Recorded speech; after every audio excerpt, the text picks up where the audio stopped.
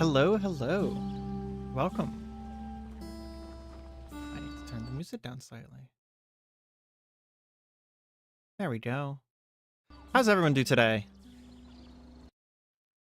I am doing great myself. Although, did I just crash Caves of God? No, please don't tell me I just crashed Caves of God as soon as I started my stream. I crashed Caves of God. Yep. There we go. Sorry, 1 second apparently. I was alt tabbing between Caves of Cud and a bunch of other things, like in rapid succession, and then Caves of Cud just completely froze because of it. Wild. Never had that happen before. That's the other half of streamer luck, right? Yeah, so welcome.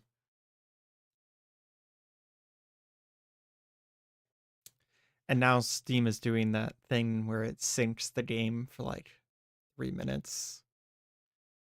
Black screen, perfect content for a stream. Oh, there we go. Okay. Let's try this again. Okay. Did it remember what I was doing? Probably not, huh? Because it doesn't save all that often. So, I found out, just as a quick aside at the very beginning here, I found out that I had read a book that has the Ruin of House Isner, which is a unique pistol that you get an achievement for getting. And it was just in my inventory, so I know where that is now. Kind of sad that I didn't catch it on screen, but I was just like browsing through books in my inventory because they're kind of boring, and it was just like, oh, hey, by the way, you have this. So we're going to be picking that up today. And the other thing that I noticed is that we have the recipe for padded that we got somewhere, which means that we can finish another one of these Batels that we were working on, the AI cores that ask for weird as fuck things, on the off chance that they might give me the attribute point to finish off our intelligence, getting high enough so that we can learn higher levels of tinkering, which has been 29 intelligence. So, what are we doing today?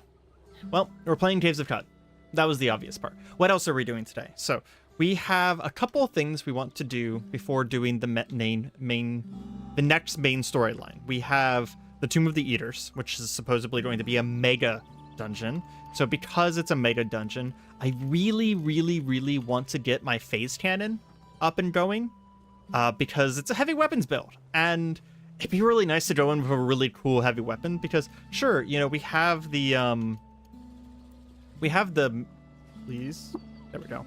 We have the minigun Harmless Wind over here, which is, you know, it's a heavy weapon, sure, but it's not as cool as going in with something really, you know, really unique, right? Like the phase cannon. So I need to get some helmets, which they don't have any helmets. And we also need to get some of our money together. So we're going to go to this. It stays still right at the beginning here. Secluded domicile. Really? There's a town? Oh, it's a legendary chef. Okay. Neat, I guess. Maybe they'll have something interesting. Live and drink, yes. I wanted to say you as well. I mean, yeah, it's... Saying live and drink to me means that you get plus 50 reputation with entropic beings. Since, you know, black hole. But yeah, welcome to the stream. We're going to kind of jump into this rather quickly, or at least I hope it's going to be rather quickly. And if you are not familiar with Caves of Cud, I hate to do this, but maybe this is time to leave because I am more than 50% of the way into the game. Yeah, I'm automatically disassembling trap. Yeah, unless they change my settings. The reason why I didn't disassemble that one is because it wasn't on the ground; it was in a chest. Yeah.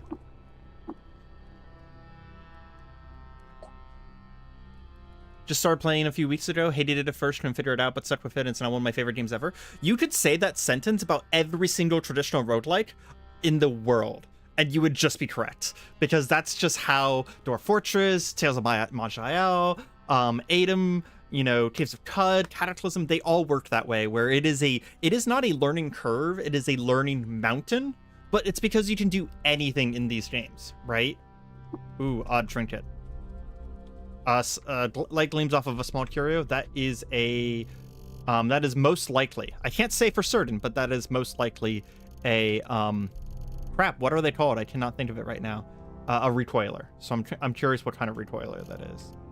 Other than that, he doesn't have anything super interesting to me.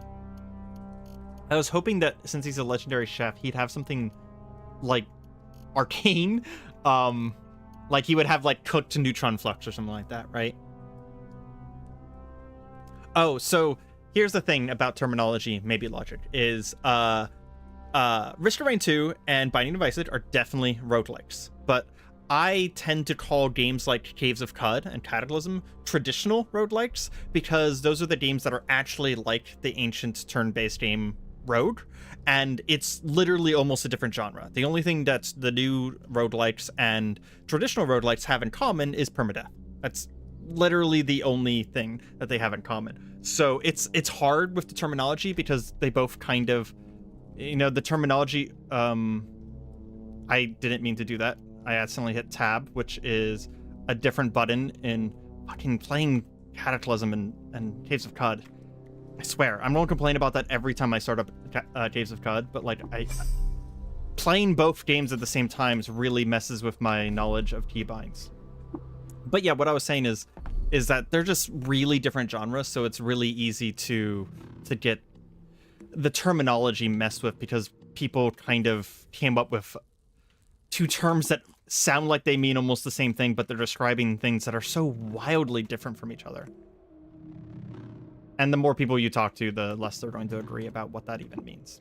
Okay, so we are here to find a hat merchant and to give this guy a bunch of books, because this is one of the ways you can get experience at higher levels, is by giving up books. This game in Caves of Cud fills me with such awe and wonder. It lights me up. Haven't felt this way about a game ever. Well, I am so happy that you're enjoying it. It is a fantastic game, and if you just recently picked it up, I am very far in it, so there will be spoilers. And, as much as I love that you're here, just keep that in mind. Don't spoil yourself on a game just because you want to watch me play it, unless that's something that you really, really want to do. So I'm just, oh, gosh dang it, keep pressing tab. So just be aware of that, okay? Keep your own enjoyment of the game in mind, right? Wouldn't recommend starting Cud in permadeath unless you are really good at the game, or yeah, really hardcore game or a masochist. I agree. I think one of the reasons Caves of Cuds might be the best traditional roguelike to start with is because it has a roleplay mode that you don't have to save scum. It's like actually part of the game.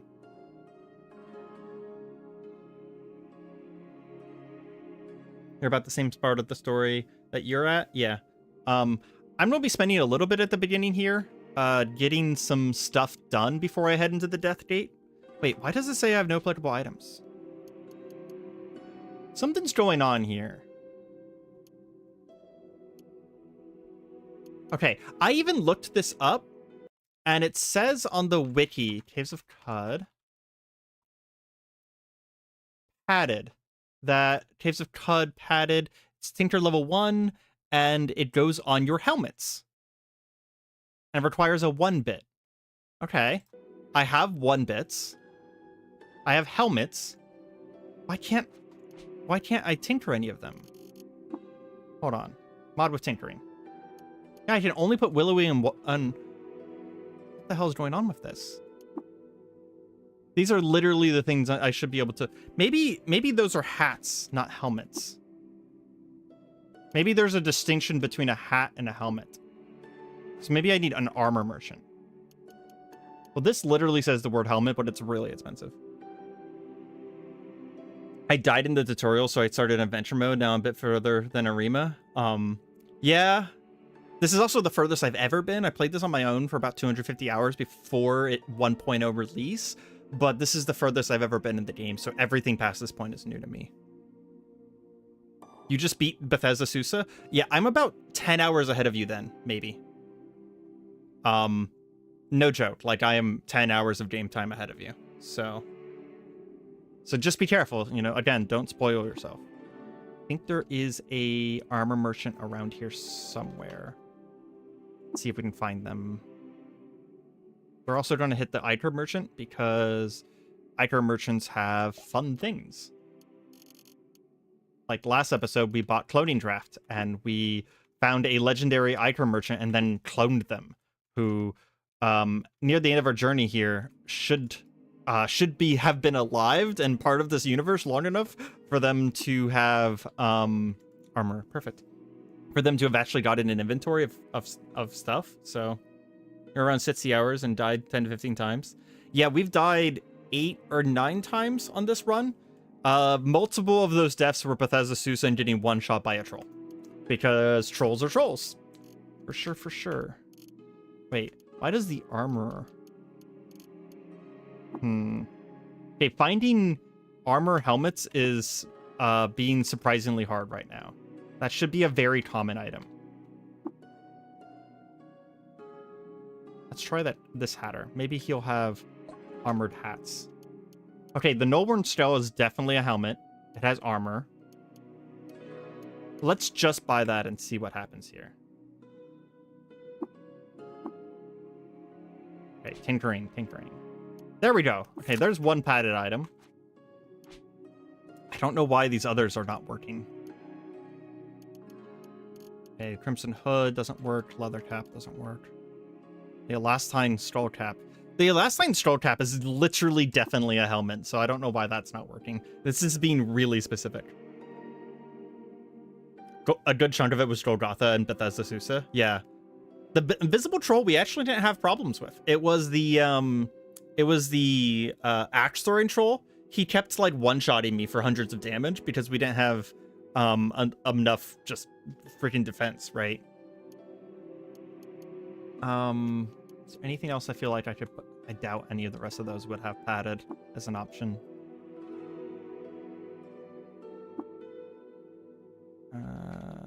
Nothing there is interesting to us. And I think we're back at the start. We are back at the start. Let's check this other hatter, make sure I didn't miss anything. And then I might just make a round real quick of the merchants to see if I can find hats. No worm skull. There we go. Gosh dang it, I keep pressing tab. We have a bunch to sell, so it's the amount of money that's in my inventory right now is actually not the amount of money I actually have. I have a lot of money. You even had a night vision goggles, but you didn't know how to turn them on, so you just grenaded their... I think you actually can do that through the... if you're wearing them, you can do that through either the activate menu, or you can actually just go to the item and activate it, because the item itself will... Let me see if I can find one. I don't have anything activatable right now. Wait, here we go. Yeah, you can activate it on the actual item, just for the future. Also, there's a weird quirk about the invisible troll in night vision. You have to turn off every other form of light. You can't have any light on you because he goes invisible when he's in light. So even if you have night vision goggles, he'll still be invisible if you have light in some format, which is super weird to me, but it's just how it works, I guess. Oh yeah, that thing that I bought from that guy, the legendary guy, it definitely is a recoiler. Ekabur recoiler. Interesting. I'm kind of curious where that goes now. Let's go ahead and just use it. Ekabur. Is that a ruin? Yeah, it took me to a new ruin somewhere on the map. Where am I? Oh, wow! Dude, it took me, like, look at that. That is top right corner of the map.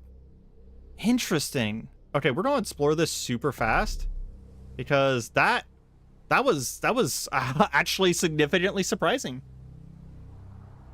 I'm going to be careful though, because with how far out we are, the game does get more difficult. I see a boar.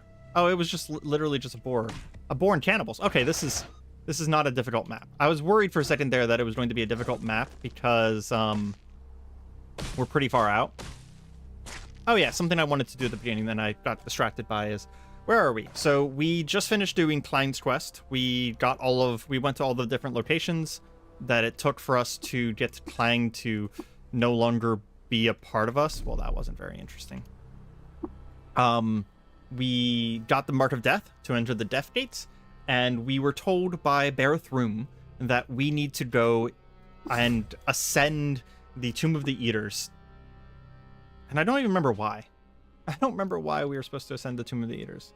Oh, that's right, because we want to turn off the spindle's magnetic field so that we can build the assembler, like Tlax Pang can build the ascender onto the spindle, which is a space elevator, so that we can go up into some sort of satellite structure where a thing called a seraphim has reached out to us.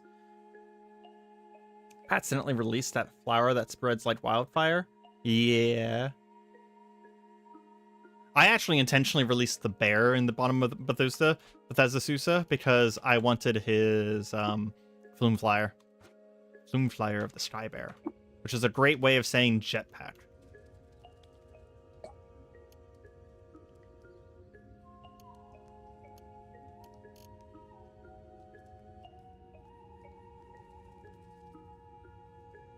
There's a chance it could have been depleted. Yeah. Your night vision goggles would definitely not work if they had been depleted for sure. What the hell is a Zetachrome Apex? Gosh dang it. Keybinds. Space. Okay. It is a 4 armor, 0 dodge penalty helmet that gives a ton of resistances. Holy crap, that's very good, which is probably why it's insanely expensive. Sitting at just over 3K. We did spend a lot of our money on clothing drafts, so I am curious where we're sitting on money right now. We're sitting at, 5K. We wanted to, we could buy that. What are we wearing on our head, though? Let's check real quick. So currently we are wearing a plastifier bonnet, which is 1 armor. That is an enormous upgrade. That's an enormous upgrade. And we have so much money. To be honest, I'm just going to buy it. Ceremonial Vibra Compress. Yeah. The sword is actually... it's a really cool sword, but only for the beginning of the game, because you'll eventually learn that the sword is a trap. It's actually not as good as it seems like it is. For really technical reasons about how the game works. Like if people are interested, I should explain why the sword's not good. But basically what the sword does is that it always penetrates your target's armor. But that's actually a bad thing in this game. But only when you're strong enough to penetrate their armor on your own.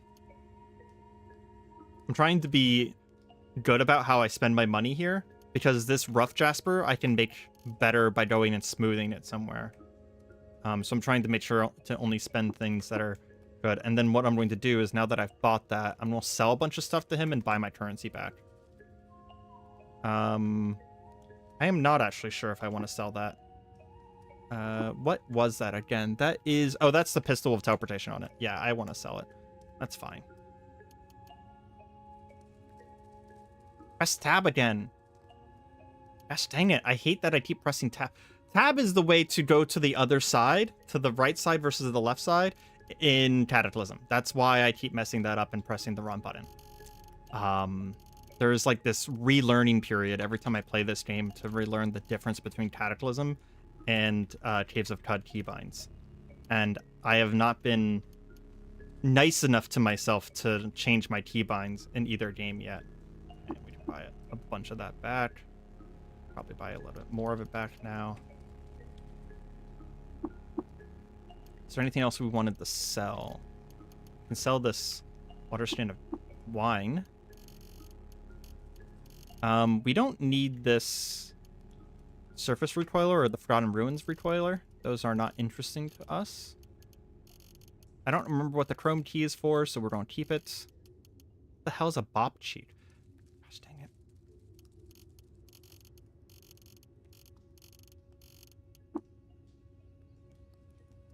What is a bop cheat? Laminated sponge. I think bops were those frog people. We'll go ahead and sell that because it's worth a shit ton. We also have voider glands. Sure, yeah. It must be from harvestry or from butchering. I didn't realize that you could get such expensive items for butchering. I might have to keep that in mind for future runs. We got 140 left. Might as well buy about 4 of these. There we go. Put on our new helmet.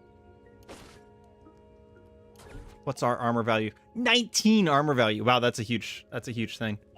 Infinite. It's actually not infinite penetration. That's the thing. It's specifically, so if someone has 10 armor, it only gives you 10 penetration. That's why it's bad. So how the game works is, like, for example, if I go to my hammer here, my hammer has 11 penetration, but it then gets extra penetration plus 6 from my strength, so I have 17 penetration. If someone has 10 armor, I do double damage to them because I've penetrated their armor more than once. Wait, no, if they have to have half, right? So they have to have 8, right? So if they have 8 and I have 16, I do double damage to them because I've penetrated their armor value twice. So the Vibro Krabesh means that you never do more than 1 times damage, ever, because it always does the same amount of penetration as they have armor, which makes the weapon actually bad in late game. In early game, it's amazing because there's a lot of things that have more armor than you have penetration. But late game, penetration just becomes very easy. So, well, I said relatively easy. There are some enemies in the game where you might want to have the Vibro Krabesh in your back pocket. Otherwise, you might have a hard time killing them. Gosh dang it. Stop pressing tab. I will get there. I'll get there in the end. Let's see. Was there anything else I needed to sell in my inventory here? I don't think... I have a bunch of things I want to sell, but not in my inventory. Oh, I can sell this because I just took it off. Okay. And I don't need 100 money on me, so there we go. That is a good deal. But I was looking for helmets. Gosh dang it. I got distracted by a worthwhile item. Let's go to the workshop.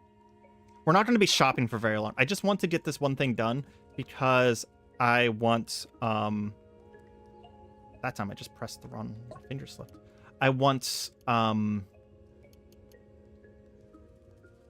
Look at this for lore.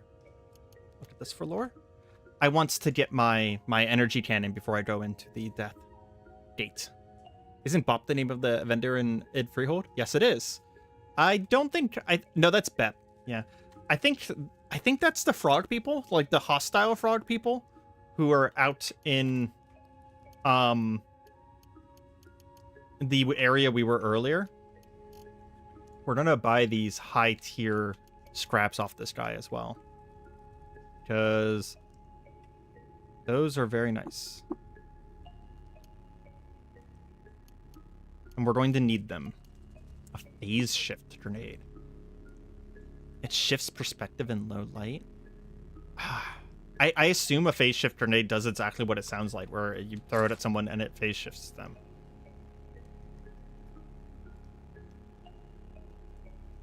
Who else might be able to sell us one more hat? Maybe we go to Ezra and check with them, because there's... Nope. Wrong merchant. There's a couple merchants here. Yeah, at the end of last stream, we had gone through the, what are they called? There's an area right around Id Freehold that is filled with palladium, I think it is, like the palladium fields or something like that. And we had gone through that, harvesting a bunch of stuff, which is probably where we got all of that weird, plant and materials and stuff like that. No more helmets. Why is the game really not wanting to give me the stuff? Very basic things that you would find a million times throughout a run, I can't find in order to do these gosh dang Beetle quests. No helmet here. Do I know how to make gemstones smooth? Yes, and I was literally in the laboratory 2 seconds ago, and I just forgot to do it. Good call. I will do that in a moment. I'm very focused on trying to get this wow, words. Trying to get this specific quest done, because I'm hoping that it will get me an attribute point that I can spend towards getting enough intelligence that I can create my laser cannon. Because that is a massive goal for me, and is the only thing we need to do before we go into... Oh, I've sold all of my stuff over here? That's so cool. It's been a long time coming trying to get that all sold. Yeah, it's the last thing I want to do before we head to Bright Shoal. And the Tomb of the Eaters. That's right, because they were telling me that I have to go through the Tomb of the Eaters to access Bright Shoal. Is there any helmets over here? Ooh, hey, look. Fullerite Armet. Where is it?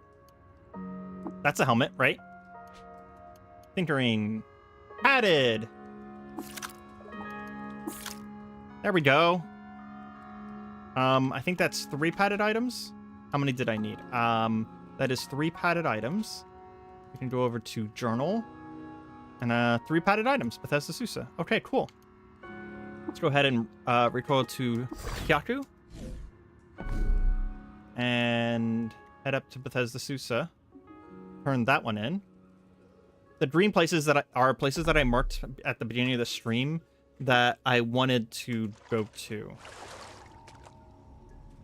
Especially if I don't get the attribute points that I needed. One of them is a historic site. Another one is the ruin of House Isner. And I don't remember what the last 2 are. I've already forgotten. I literally did it moments ago. Okay, what are you? Wide glass bottles. Okay. Oh my gosh, I hate these twinning lampreys so much. Just freeze it and leave. I don't need to kill it. I have no need for that experience. There's the nuts beetle. Here. What do you want? Jacked items. Okay, I can't do that yet. No beetle on this floor. No beetle on this floor. Random phase spiders. Nobody cares. There he is.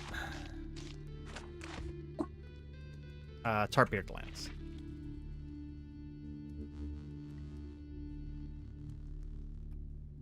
Nothing over here. I would strongly suggest, if you're someone who's playing this game, I would strongly suggest doing Beetle quests. Outside of the ones where that says Mighty Weapon, like, for example, this guy wants to give me a Mighty Weapon in reward for this, they're really good.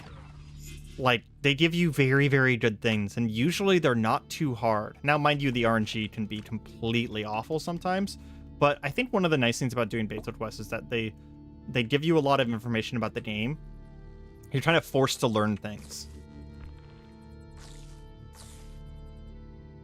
Wait, was this Beetle not at this place? Near Bethesda Susa. Yeah. Did I miss him? Because we're at the bottom now. So I think I missed him somehow. There must have been 2 Beetles on one of these floors. So that's the satisfied one. There's no Beetle here. No, we already talked to that one. We did talk to this one, right? Yeah. It's Tartbeard glands. It's green. Whenever you hold Alt, by the way, that's what I'm doing. The white things are neutrals. The yellows are loot. Purple is stairs up and down. Red is enemies, and green is allies. So I'm just looking for green Beetle symbols like this. Jacked items. Oh, there is a second one up there. Okay. I missed that one. Oh my god. Twinning lamprey. Go away. Nobody likes you. Oh, I just killed it. Okay. Nice. If you don't know what a twinning lamprey is, they clone themselves every single turn, so you have to kill both of them simultaneously. 2 attribute points! Fuck yes! Not only did we get attribute points, but we got 2. So our intelligence is 29. We take Tinkering level 3, and he's going to teach us a... I think we have the recipe for a phase cannon in our inventory right now. So we're going to take the handy nuke. Oh, wow, that was... Yeah, we had the recipe for the phase cannon. That was a journey to get here. Now we're going to learn all of these things. Nice. Okay. Tinkering. Now, here's the question. What is that? Hold on.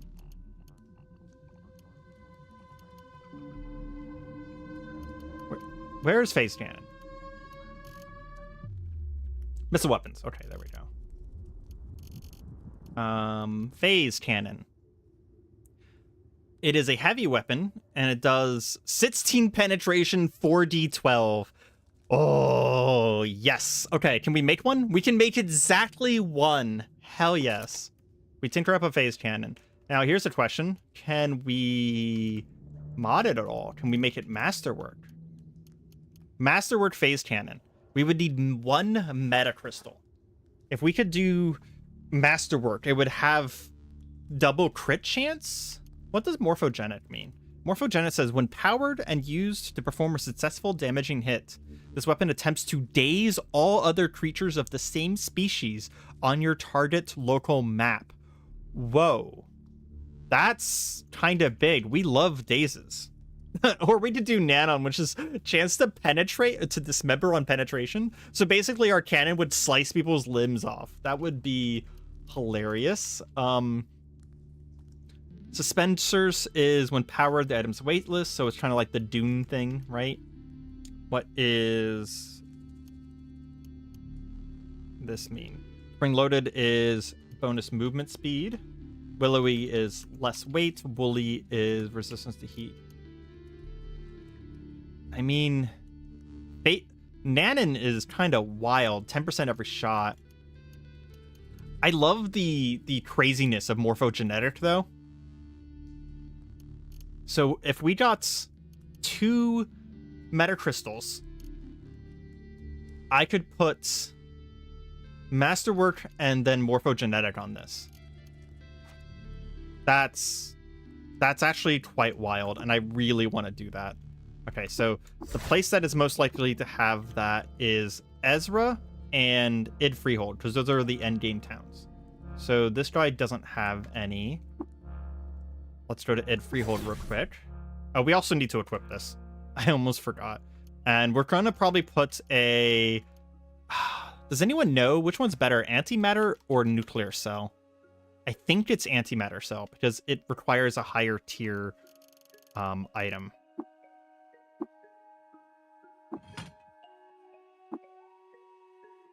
And then equip. And we were going to go test fire that at something here in a moment. We need to go to the workshop first, though. While we're here, we will polish our stones as well. We can go ahead and sell our Gatling gun because it's very expensive anyways. Yeah, it's important, but not important enough, game. Thank you for caring about us. I like that the game stops you from selling things that are really important to you. Let's see. No good things here. I could disassemble an antimatter cell. I could but they're really hard to make. That's the problem. They're really hard to make. I'm probably like never going to find the recipe for that. Oh,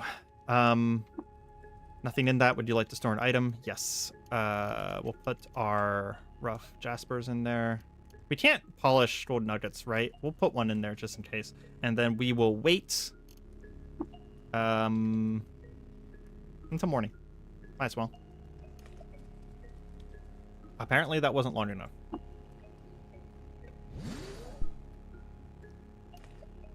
There we go. No, you can't smooth out your copper nuggets. I guess that makes sense. I mean, we could also, you know, that's an idea. We could also buy something that requires an 8 chip. You know, Gritgate. Gritgate might have something. We'll talk to Hugh Girl. She has really advanced technology a lot of times. Not today, though. This is the problem that Gritgate has, is that because of the fact that it's in a weird location, sometimes the merchants here just don't update their shit. They literally just never update their inventories. A lot of these barothermites. I don't know if that's a bug or I don't really know what causes that. It's just a thing that happens. I also just saw that we have another solar cell. We'll hold on to that if we get another recoiler. Okay. So anything else we need to do? We have the gun we want. We have some decent armor. Am I forgetting anything? Oh, we should go and get the Ruin of House Isner. Yeah.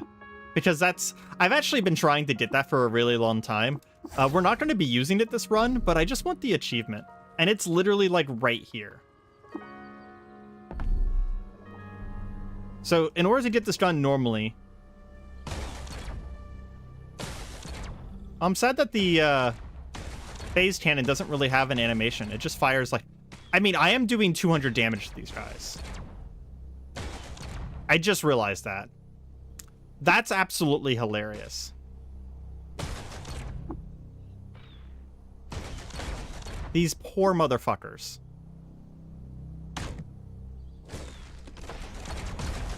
And then we also have sweep. Did we already? Why did that happen? Hold on. Was... I think 2 buttons were on the same thing. Because whenever I sweeped, it tried to replace my battery every shot.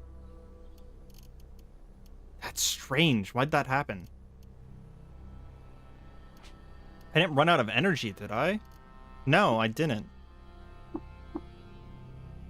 It would take 42 A-bits to fully recharge your antimatter cell? Holy shit, those are expensive to charge. Okay, maybe we stop firing our gun so much because it is taking a lot of energy to fire. We do have a heavy weapon as well, so...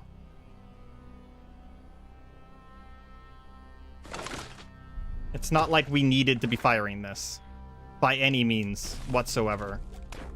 We just kill these guys real quick, and I don't know where the Ruin of House Isner is going to be on this map. Somewhere. It'll definitely be somewhere. Defoliant grenade. Don't care about that. Just disassemble it.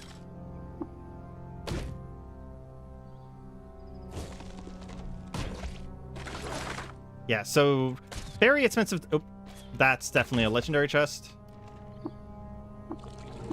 The Ruin of House Isner. Craftsmanship of this pistol, worked in brass and chrome, is breathtaking. Grips of Kingswood call the palm to an airless wrap. The hammer is contoured to the thumb by the micro-inch, and the sight draws the eye down the barrel like the slipping of silk.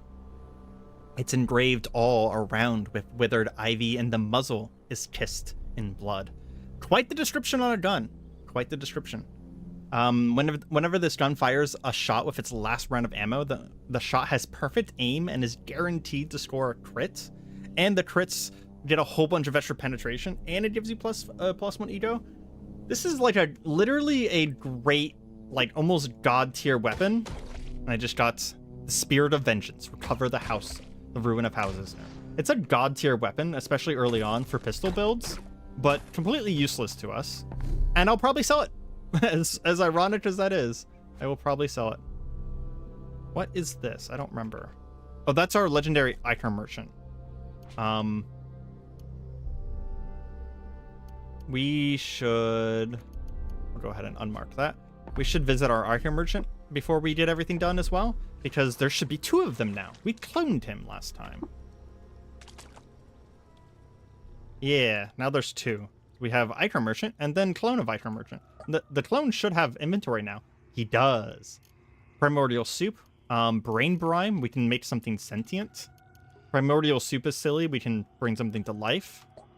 Let's see. Neutron Flux. Neutron Flux, I think gives you strength if you manage to eat it and not die. Let's see. I was hoping we could get something like poly something. I think it's called polychromal something. It allows you to copy items, and we would copy one of our Eater's Nectars so that we could Eater's Nectars would give you random mutation points. Okay. I can't think of anything else we need to do. Do we have inventory space? How much inventory space? We have about 200. I mean, I guess we could we could go and sell one of the most legendary weapons in the game real quick, the Ruin of House Isner. As funny as that is to do.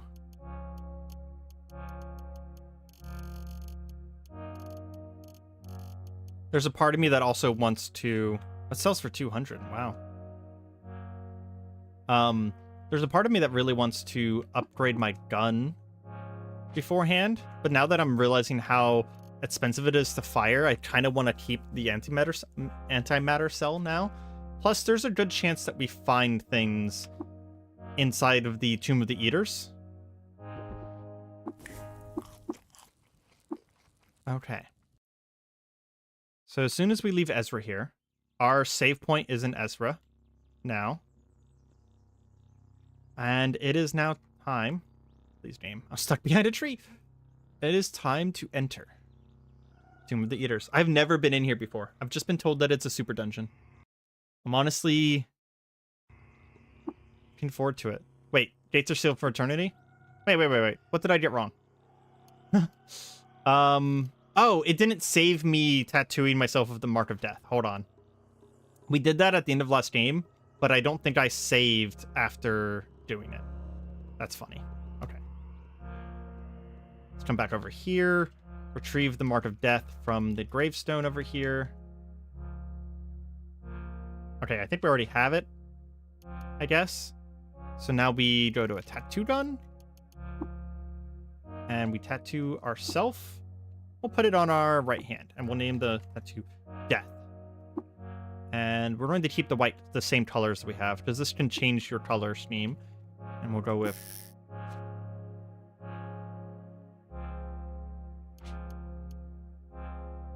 Did that not work? Do we have to specifically tattoo it on our body? Like the location called body? Maybe that's what I'm doing wrong. Body. Death?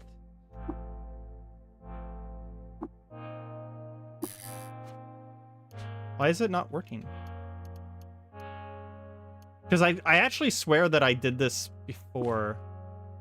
This is where you get the Mark of Death. Did I mess this up somehow? I'm a little concerned now that I messed this up somehow.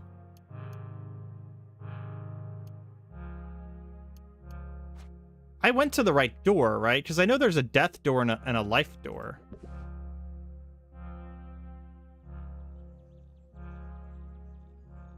Hold on. There's a way to look at your body parts, right? Cybernetics, no. Can we just look at ourselves? I don't see my tattoos. Here we go. Your hands bear a tattoo of Mark of Death. Yeah, so I have the Mark of Death. Maybe I have to go through the other gate?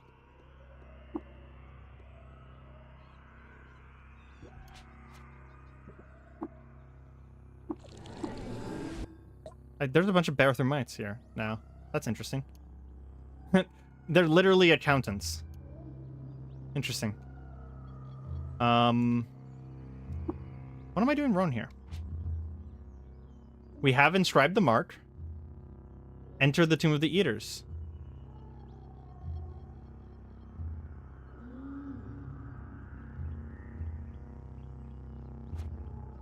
So whenever, I don't know if you're right, Zedin, because, whenever I tattooed it while I had the Mark of Death in my inventory, it actually gave me a message saying that I tattooed the Mark of Death on my hands. But I can try it. Yeah, because it literally says right there, your hands bear a tattoo of Mark of Death. So I put the words there, and also I literally used up the item that was called a Mark of Death. And now the quest marker is... Because we did this at the end of my last stream. I wonder if I ran into a bug with reloading the game. Let me... Mark of Death. I'm just going to look up specifically this.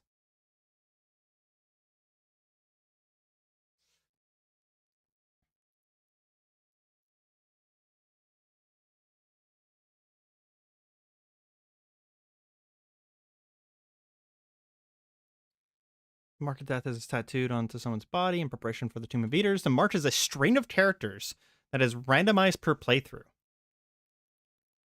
Interesting. Try taking off my gloves? Obscuring the tattoo? Worth a try, right?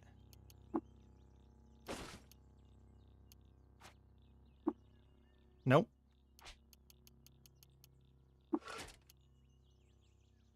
I mean, it's not a spoiler if I literally can't figure out what I did wrong, because the game just says... I mean, I have recovered the Mark of Death, but I don't have it in my inventory. Is it in my journal by chance?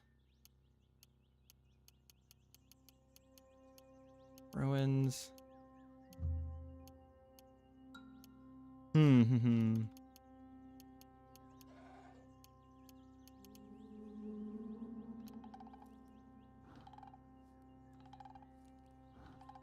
Oh, here we go. The Lost Mark of Death from the late Sultanate was literally... That is so insanely specific, considering I actually got it. I feel like that was a bad design, because I literally got a message when I tattooed myself with the Mark of Death in my inventory saying that I tattooed myself with the Mark of Death.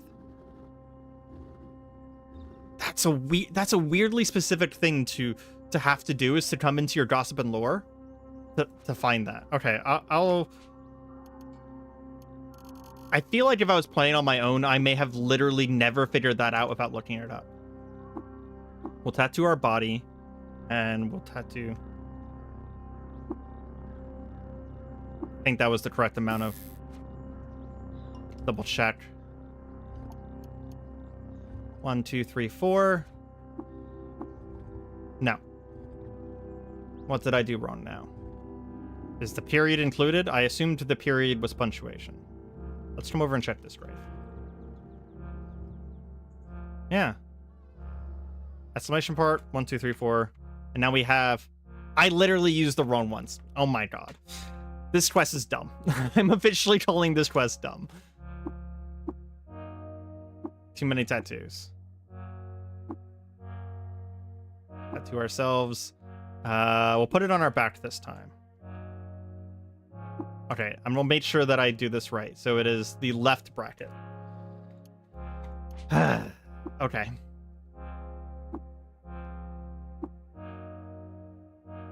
One, two, three, four. White and darkness. There we go. Oh my gosh. The mark of oops. I would like to point out that I have tattooed myself 1, 2, 3, 4, 5, 6, 7. I tattooed myself 7 times trying to get this one fucking tattoo to work. 7 times. Holy shit. Okay. The gate swings wide. Enter the Tomb of the Eaters. About fucking... I will point out that this was actually optional. Hold on. I'm going to show you guys something real quick. There is another way into the Tomb of Eaters. I just wanted to do it correctly because I knew about this. But I will show it because I like showing these. You could just dig through this wall right here. Now, the Sultan of Umed walls are a lot harder, right? The carved stone. But this right here, you could just pull out a pickaxe and dig through it. It's like I escaped prison after 20 years. I mean, considering it's just the same tattoo over and over, it's just like I was really indecisive. Like, I love tattoos, but this just looks really bad.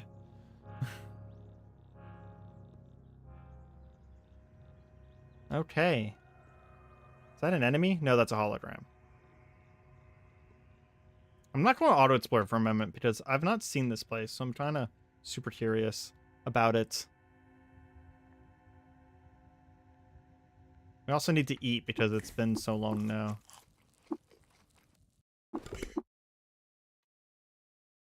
Music went super quiet.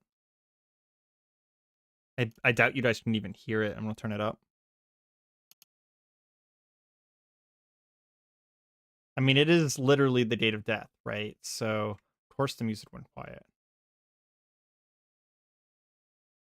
There's nowhere else to go. Am I going to have to dig? That's ironic that no matter what, I still have to dig. Yeah, because Bull Creek collapsed here. Okay, well, this is why we have a pickaxe.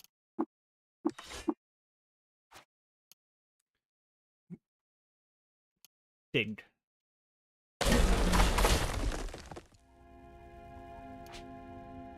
Make sure we equip our mag hammer again.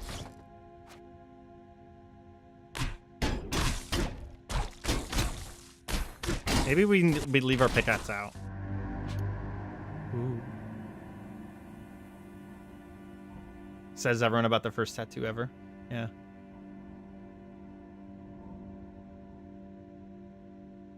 The first time you got in without the mark because you were circling the spindle, had just to look around and a palm tree smashed you through the wall.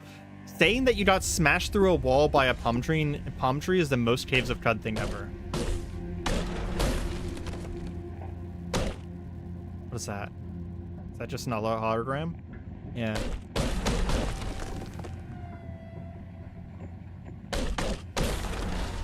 I'm moving slowly because Okay, there was another thing real quick that I wanted to do. So there is just an elevator shaft here. Guys, did we jump down the elevator shaft and see if we die? I mean, we're fairly resistant to falling damage, but we can't take flight because we're inside. It moved my take flight button. That's actually very annoying. There we go. We need to move this up. I had set this to 8 on purpose for a very long time, and I just pressed 8 to activate my flume flyer by accident. We could jump down.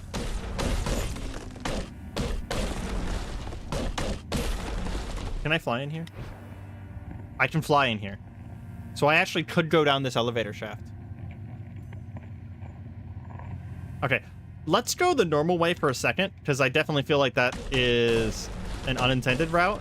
And if we get too far this way, we'll go back for it. Because this is very cool. Don't just hold down a button, Areima.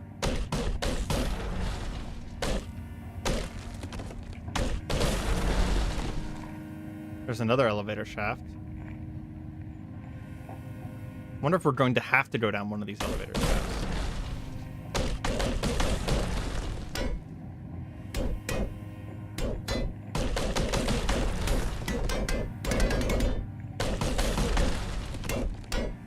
There's Eben Fullercrete here.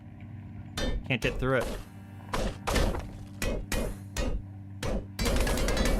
Yeah, I can't penetrate it at all with the pickaxe.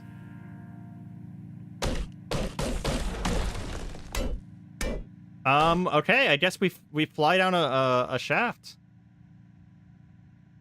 I'm worried about what's at the bottom, so we're going to go ahead and re-equip our hammer, take flight, and go down.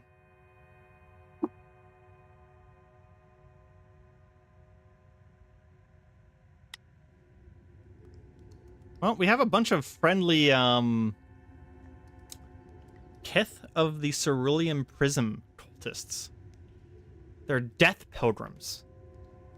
Interesting.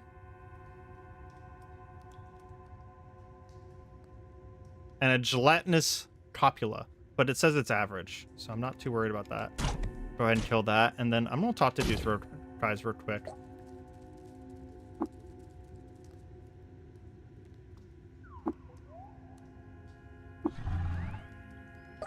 Hey, none of you have anything interesting to say. Okay. Oh, they're cultists of one of the sultans. Umed, the Cerulean Prism. Interesting. So there's sultan content. You just found a layer of a legendary horn chameleon in the trash. Oh, man, the music here is so cool.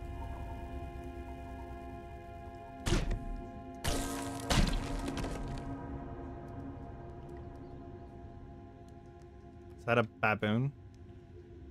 Brood of Surt Scourge. Okay. Well, that thing's definitely not friendly. You know what?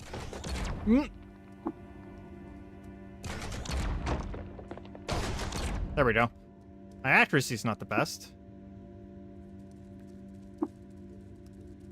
What is this thing?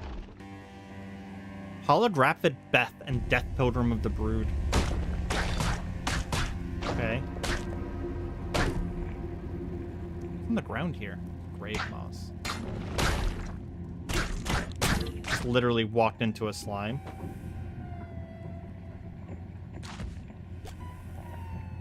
Another deep shaft, but I'm underground now, so I can't fly. Yeah.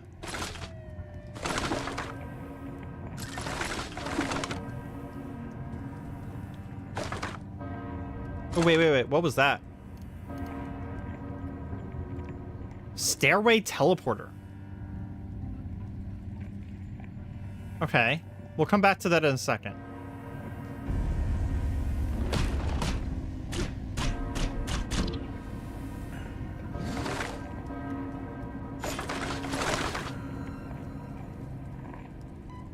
What are you? A grave robber. Okay. Oh, hey. I'll take your nuggets.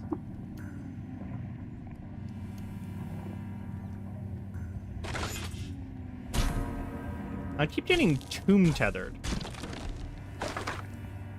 I think that's something that, those tiles are doing to me.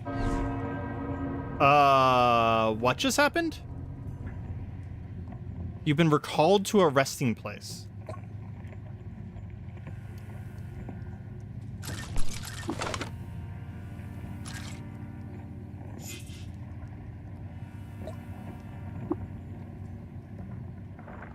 I have no idea what's going on right now. I'm afraid to auto-explore.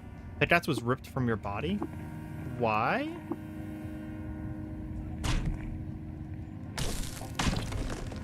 There is a magnetic field around the spindle. I'm wondering if that's going to mess with... Yeah, my toolkit just got ripped from my body as well. Hold on, let me pick it back up.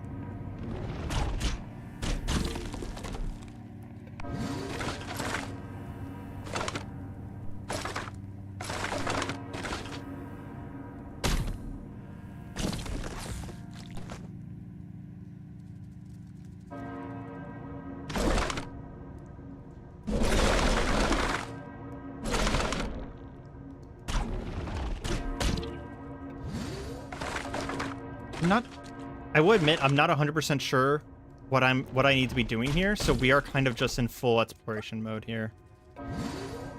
Ooh, what are you? Is that a mechanomist? It's a warden. Nothing to say. Okay.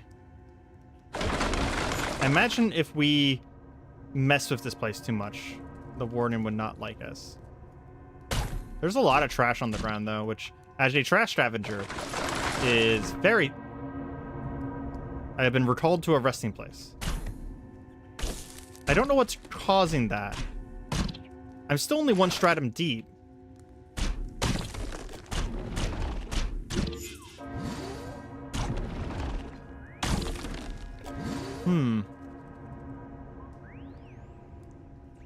I mean, you say pay attention to the log, but that's the only thing that was there. Oh, the bell of rest tolls. I thought that was just the music. The dead will be recalled in 280 rounds. And I have the mark of death. So I'm being treated as the dead. So if I go down one of these, it took me into this. Okay. Dead will be recalled in 160 rounds. Okay. I see it now. Honestly, I thought the bells were just part of the music. Like, legitimate. Oops. I attacked the conservator. Okay, he doesn't seem to have minded. Yeah, he doesn't seem to have minded that I accidentally attacked him. 20 rounds, okay. So, I'm going to be teleported in a second. That's okay. What is that? Antimatter cell. It was used slightly, so I guess it got ripped from my inventory. Okay. And recalled to a resting place. Here's the thing, though. This keeps taking me to new places, so I'm kind of okay with this. We need to find a way down anyways, I assume, at least.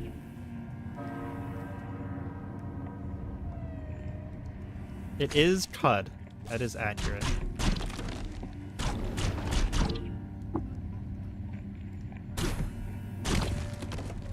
What is that? Shrine to Gersh Bethesda.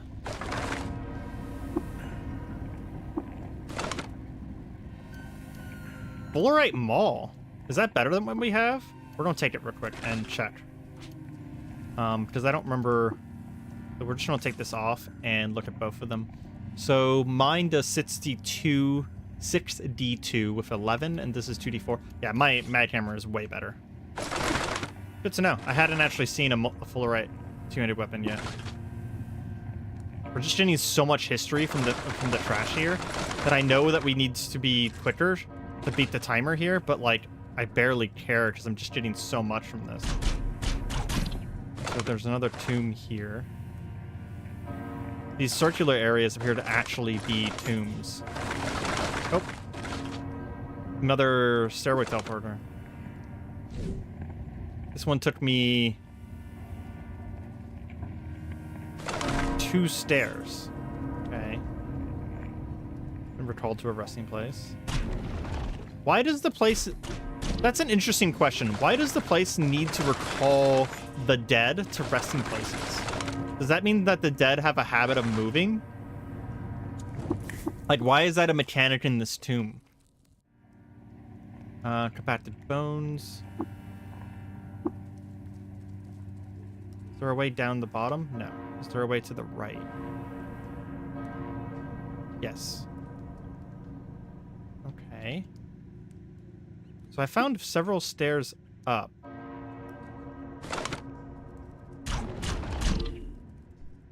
I haven't really found any stairs down. I'm gonna let the bells move me.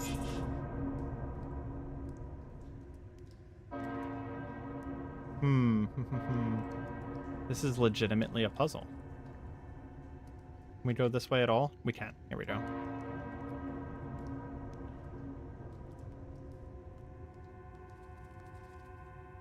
Yeah, Soren, you just said that there are ways back in the stream, and you mentioned you can but you wanted to mention you can customize all the keybinds in CUD pretty easily. I agree, but... Ooh, I can talk to this person. I'm Argon. Who are you? They're Datogem. Have you a credo? Be still and know. What does it mean? You cannot think on thy behalf. That's very fair. Why are you here? I watch over Vom. It watches over me. Together we watch. Thou should do as well, climber. Sit, watch. Consider how thou wouldst fare under a dome of adamant carapace. Okay. Are you a watcher? You're legendary. Cult of the Coiled... Oh, they're Cult of the Coiled Lamb. I definitely want Reputation of the Cult of the Coiled Lamb. That's Reshef's cult. Okay. Trying to Reshef the above. So that's like the last Reshef, because that's post ascension. We should look at what Tomb Tether does. Hold on. Currently occupying a tile safe from the tolling teleportation of the Bell of Rest. Oh. Hey, Zale. Also, bye, Zale. You don't see anything on your screen? Is that true? Can people not see? Let me double check the stream real quick. No, it looks like the stream's fine. Okay. So if I stand here, I just want to test this. While the bells are ringing. You were not recalled because you were already in a resting place. Okay. So I basically need to go between these resting places if I want to make progress. Well, I don't have a choice here. There's literally a stairwell teleporter in my way. We haven't explored this area, though. I'm not 100% sure where I'm actually going, because there's no... Ooh, what are you? Knight Commander of the Holy Temple. They are... Oh, they're a Pudus Templar. They're literally just a full-ass Pudus Templar. Okay, so we're gonna stun them. Are they stunned? Yes. Smash them again. Freeze them.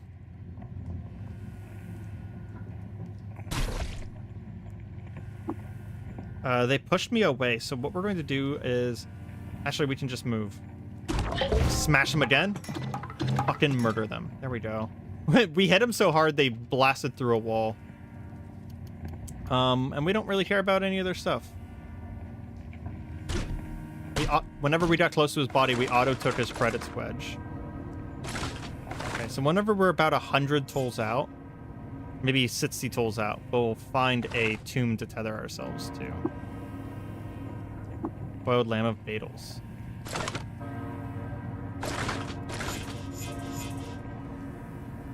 We'll go ahead and go back here and wait for the toll.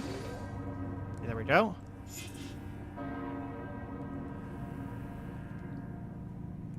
Thanks, Sam. We will definitely try to have fun. Hope you enjoy whatever you're doing.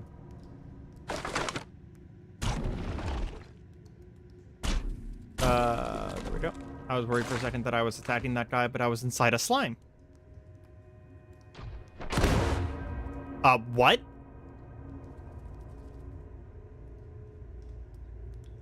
Oh, it's a legendary slime, K Gonagon.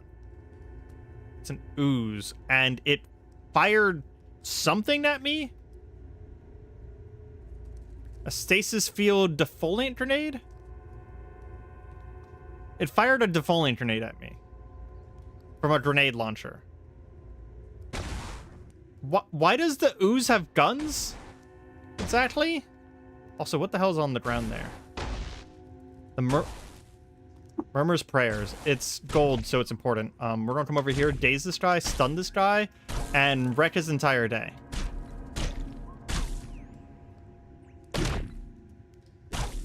Fucking stun build is so powerful, guys.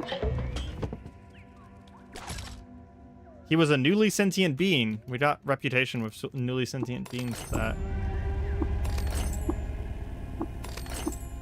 Bunch of different grenades. A booster gun. The dart gun. And a spacer pistol. Another really powerful pistol for pistol builds. Okay. We have the Murmur's Prayers. Large print volume made of hand pulped and pressed to brine stock paper. And we read it.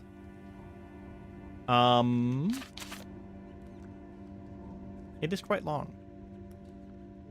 I'm just kind of browsing through it real quick to see if there's anything in here about how to get through the tomb.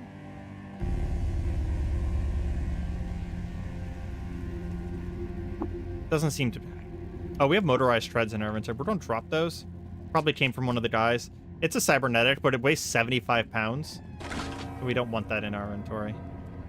We have 180 rounds still.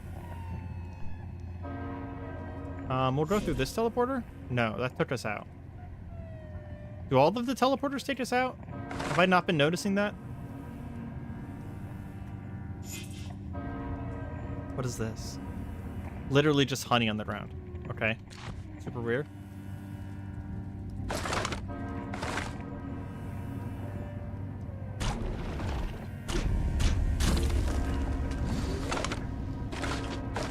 think I'm supposed to be going deeper, essentially. Wait out the tolls. Okay. I mean, this is probably the deepest I've been so far. Antimatter cell got ripped from me. You know what? I think this is close to where we need to be, because this is where things keep getting ripped from me.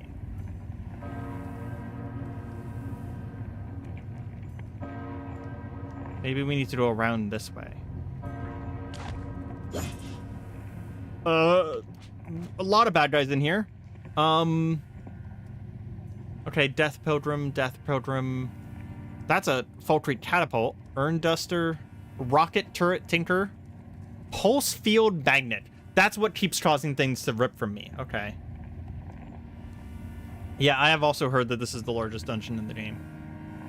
Okay, we're gonna focus on the Turret Tinker. Oh, he's just down.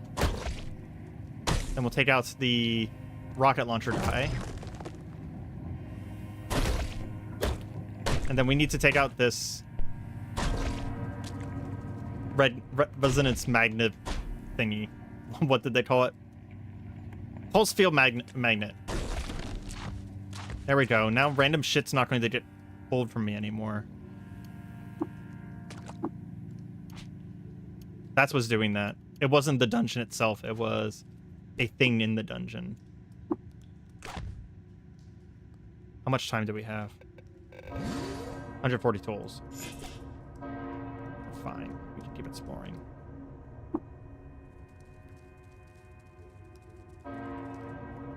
I like that this place is not just another dungeon. It's like a puzzle. 60 rounds. You know what? I'm just gonna let it take me, because I'm not sure where I'm supposed to be going. Got a bunch of prison tattoos and teleported around? Yep. You know, what's upstairs? Because I just realized... Oop. You were blown into the air by some strange contraption. Okay, let's try that again. I just realized I'd never come upstairs before. Okay. Bizarre contraptions. And an art stone. And these shoot you down the shafts, it seems like. Yeah, maybe I'm going up instead of down this time. Oh, I'm 100% going up instead of down. I was just at the bottom the entire time. Brian, what did you miss? I just entered the Tomb of the Eaters and just figured out the puzzle on the first floor and just figured out seconds ago what I'm supposed to be doing. Which is ascending this tower instead of descending. I was looking for a way down this whole time. Fuck are those? Strip flies. And mechanical pincers, but they're only average. We also got a phase cannon. What is the lore? Good question. Currently don't know.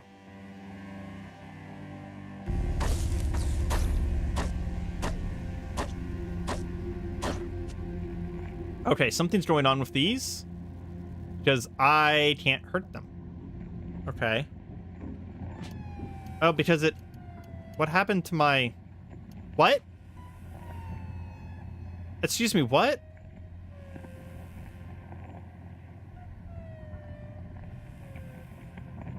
The strip fly snags your lacquered hammer. Frozen strip takes 20 damage, falls to the ground. But what happened to my mag hammer? You fucker, did you destroy it? If that just destroyed my mag hammer, that is a huge... Okay, we fired the phase cannon at him. It's not... The Tomb of the Eaters is not the Tomb of Gods. It's not... The Eaters are not gods. They are, basically a super ancient race that's basically finished technology, and then, they got wiped out because they pissed off the Galactic Society. And I'm currently ascending their space elevator. We're gonna fire the phase cannon at this guy too, because screw these. Okay. There is a bell that is tolling every 300 rounds, but as long as I stand on these tiles with these little markers here, I don't get teleported by the bell. But we do need to move carefully, because whenever I was auto-exploring a moment ago, it's kind of like, what's that place called? Crap. It reminds me a lot of, Golgotha, where there's a lot of traps and stuff. So we need to be careful. There is another magnet around here somewhere. Just pull up. Is that it? Up there?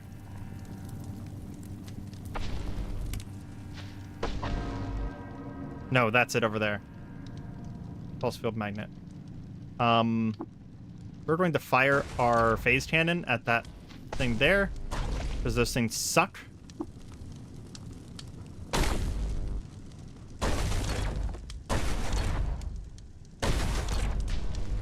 Our phase cannon is pretty expensive to fire, so we are resisting firing it whenever possible.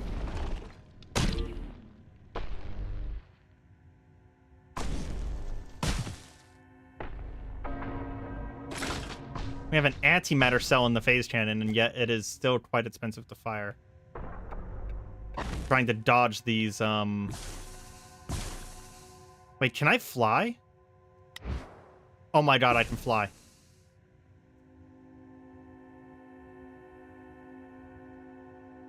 I'm dead. Yeah, the Jets of Flames did 55, then 10, then 55, then 12 damage to me. I didn't even notice it was hurting me that much. Okay, reload from checkpoint, which will put me back in Ezra, but at least I know where I'm going this time. Oh man, this is going to be a rough dungeon. This is going to be a rough dungeon. Okay, so this time we know that we need to dig through this stuff and then go down into the basement and find the stairs up. Which means that this entire process is going to be a lot faster than last time.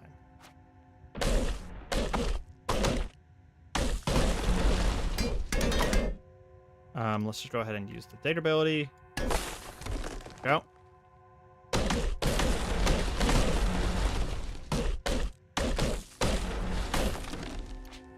Re-equip our mag hammer. Fly to my grave. Yep, pretty much. I took a turn flying and instantaneously died because of it. Because I didn't realize I was standing in... Okay. Fortunately, we can just bust our way out of that. I literally fell into a grave. Yeah, it is randomized, so even though we did just die and went back in, it's going to be different this time.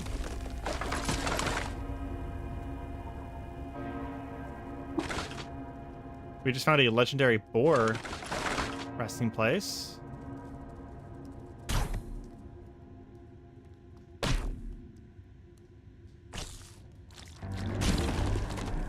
God, I still love the music here. I'm going to have to look up what the name of this song is, because I own the OST, and use this for some Cataclysm later.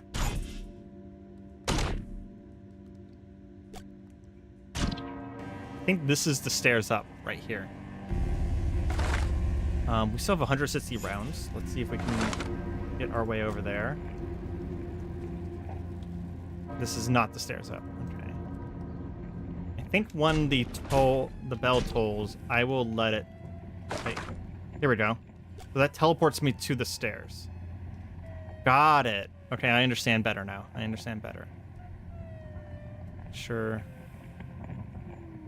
Okay, we're back up on the same floor that we died on a moment ago. Just fire our phase cannon anytime we see that guy. Okay, I can fly here, right? Toggle fly on. Okay. So now that I'm flying, I should be able to... Yeah, I can melee these guys now. Oh, they're so easy to kill now that I can fly. Okay. We do need to be careful of these flame vents. We now know that they suck. But we're flying, so the conveyor belt's not going to fuck with us this time.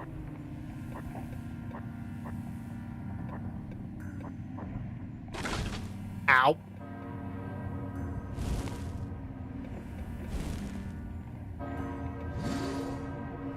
Okay, so whenever they turn bright red, that's whenever they're about to fire. Hold on. I can jump. I cannot jump while flying. This is like a much more dangerous version. Wait, so we can just land real quick. This is a much more dangerous version of Golgotha. I think this tile should be safe. Yes. Shift Q, start running. Let's see. This will go this way. This will go this way. This way. This way. There's a safe tile right here. And there's one right here. Okay, so we want to fly. We want to get to this tile. No, it's not safe because of this fucker right there. Ow. Okay, put ourselves out. Heal up.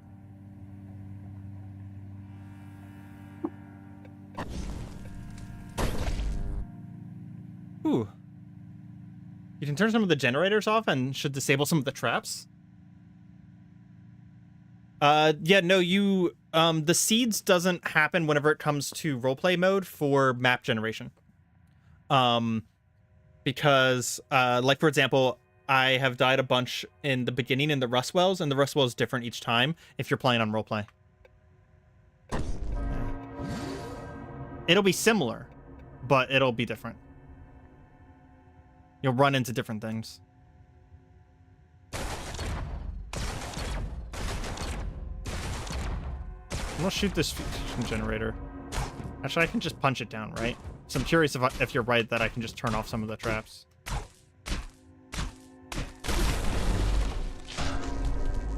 Didn't turn off the wall traps, that's for damn sure. I mean, there are other fusion generators attached to it, so...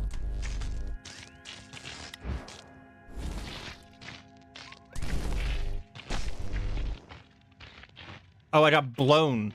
I was like, why did I get moved? I'm flying. But there's little air blower thingies. Okay.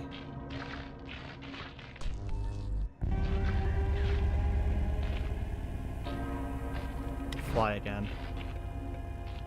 Okay. Seems like this tile is safe. I don't see another safe tile nearby.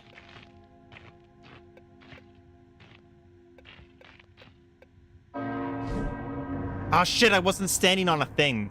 Oh, this actually helped. It took me somewhere else. Maybe, no, maybe it didn't help. Shit, I wasn't paying attention to the bells. Fucking bells.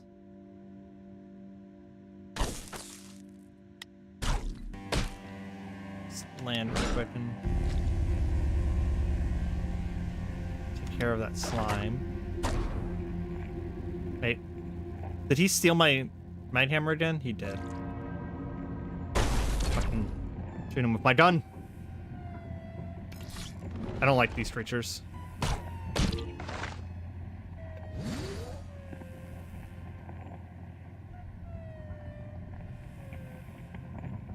Can you interact with the generators to turn them off? Oh yeah, that's a good point. I hadn't even thought about that. Plus we have psychometry, so we can definitely learn how to do it as well. Something keeps knocking me out of the air.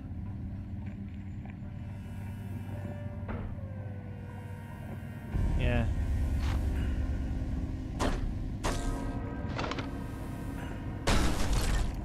Hate that these guys are stealing my weapon. That's a very rude thing to do.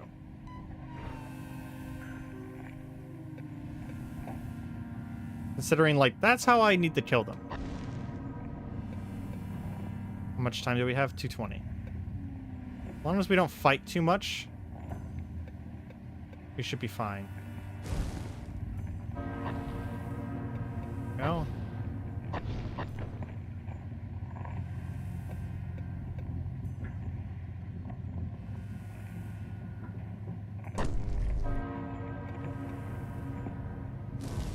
Ow. Something just, like, exploded or something. Shoot that with the phase cannon. Oh. I see. So there is machine presses. Am I still flying? Yeah, I am.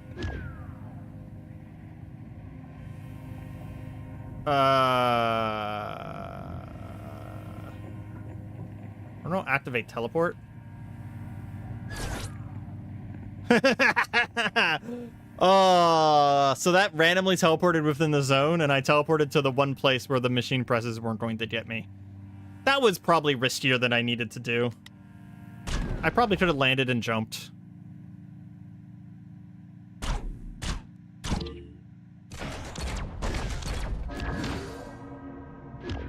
I really definitely don't want to auto move here. Yeah, I think using random teleportation again is going to be a bad idea. How much time do we have? 120 rounds. Are there any... There aren't any safe spots here. Okay. Flight.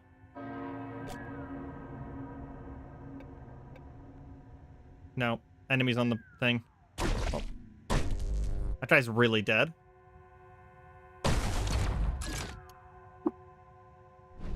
They need to stop pulling my equipment off. Hold on. Deactivate?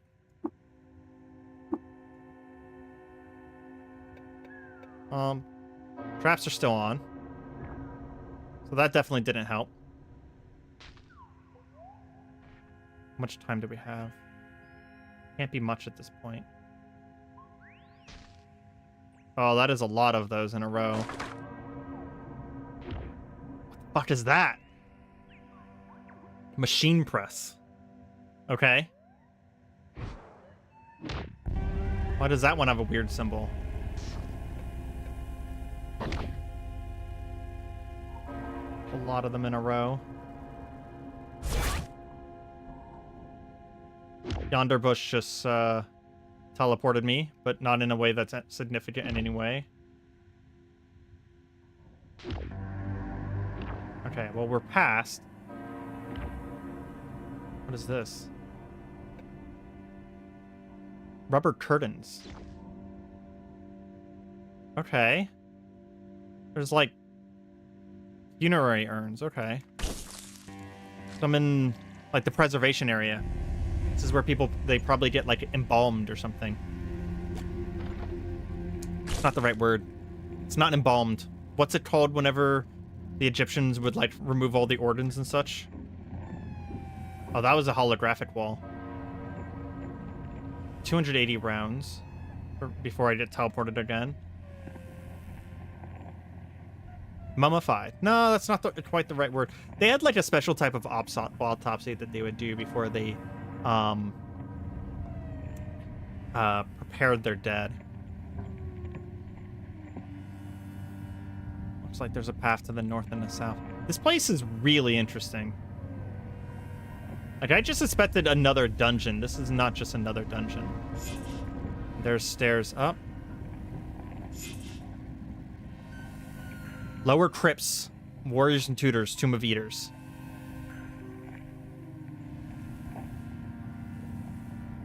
So warriors and tutors were of the same class in the Eater Society. They were of equal stature. That could be either seen as... Okay, so this stuff tomb tethers me too? No. I got tomb tethered because I was in a tomb. Okay. I don't know if embalming's... I might just be thinking of the wrong thing here, because I swear there was a word for the entire process. Okay, we're not hitting this guy. Something's going on with these guys as well. Crypt ferret. I mean, we just hit him with that. Crypt ferret is stunned and it begins sprinting. Well, it's dead now.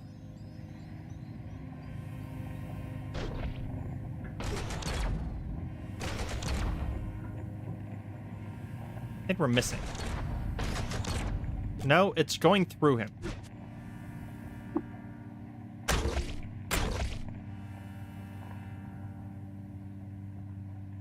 Ferret doesn't penetrate your armor. Yeah, they just have insane dodge chance, it seems like. Freeze him. Freezing him definitely seems to answer the insane dodge chance. What the fuck is that? Slumberling and Pilgrim. Okay. I need to cook because it's affecting my ability to eat. Oh, the doors have descriptions on them.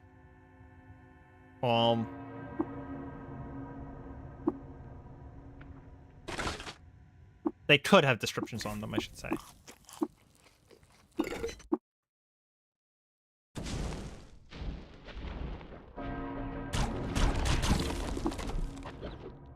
There is a whole ass fight going on over here. And to be honest, I might leave them alone. But I could freeze them and then kill them while they're frozen. Seems to be my only way of killing them right now, though. They're just too dodgy otherwise. How much time do I have? 180 rounds. Suppressed memories are coming back because of ferrets. I mean, they seem awful. This place has already been grave robbed for sure. All of the... God damn it. Can I just turn it off? No. Okay, this booster bot needs to go, though, because it's going to shoot me random drugs. I do not want to be on more drugs. Our character here, Argon, has already had enough drug problems dealing with previous areas. I'm not sure...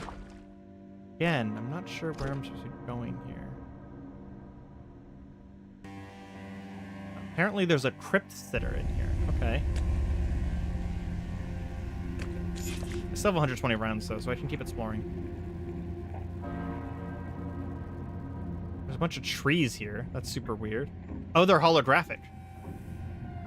See the little thing there? Yeah, they're holographic. They're just to make the place a little bit nicer, I guess. Perhaps I'm not supposed to come down this way.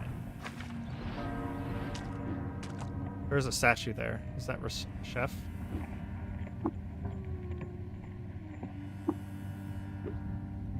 Not sure. What's this? Protector of the Stilt. And a ghost birch. Okay, sure. Those were words.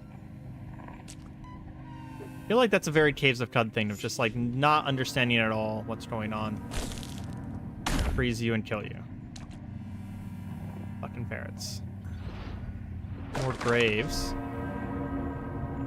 Well, I got sent back to a random sarcophagi because I wasn't paying attention to the bells, I guess. But I'm still on the same level, right? I think I am. So we're fine. I needed to explore this place a little bit anyways. So that was actually fine. Ferrets. Oh, stairs up. There we go. The tomb teleported me exactly where I needed to go.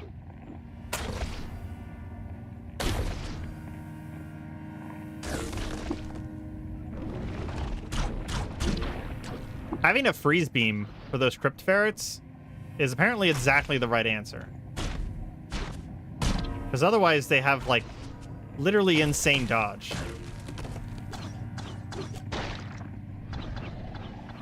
Holographic plants, I guess. Latched onto. I just noticed. You've been latched onto by a crypt ferret's vicious bite. You can't move without breaking free first. Okay. Or you could just freeze him to death.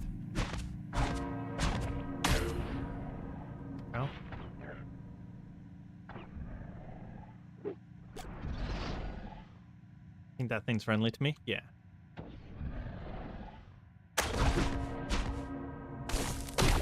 I definitely feel like these ferrets could be more dangerous in a different run.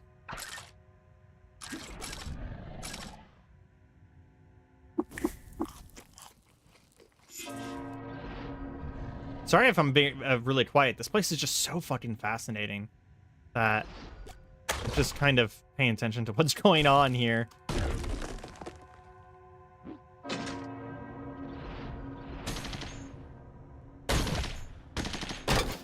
Random turret. What's the turret doing down here? How much time do I have?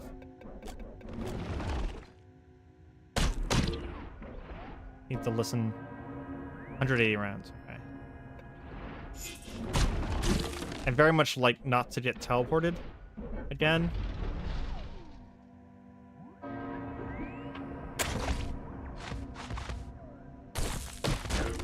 More ferrets.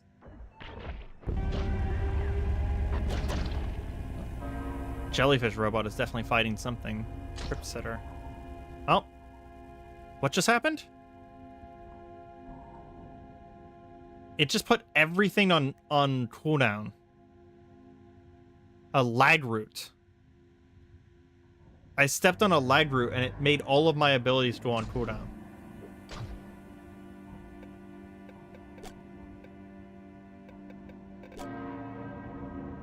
That's a new type of trap.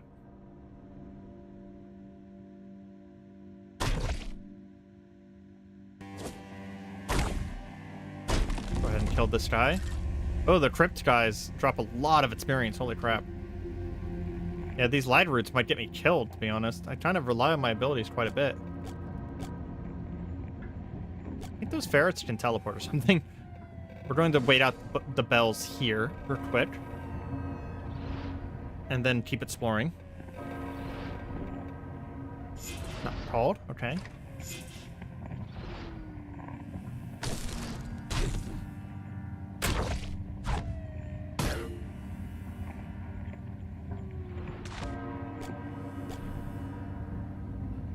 There's gotta be stairs here somewhere, right?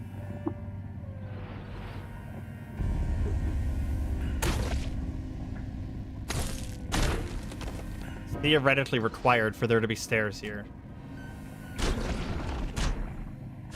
I do like that there's all new enemies up here, though. That's super cool that they've... Because I do know that this area was added much later. Because this area wasn't in the game whenever I played this game for the first time. Oh, well, this is a fancy-ass fucking crypt. The Anti-Yuhim family. So it's a whole family crypt. And they have, a lower dimensionality Eigen turret. Yeah, that's a pretty dangerous fucking turret. I'm on priest and family level. Oh, I missed that. Okay. The bell just moves on the floor, not up or down. Okay, well that's also good to know. I'll take a step out of this crypt real quick. Oh, they do not like that I went into the crypt.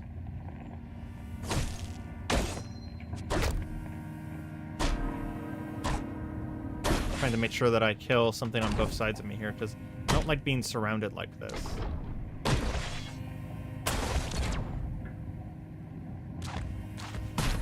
Being latched onto is really bad right now. Please, squirrel.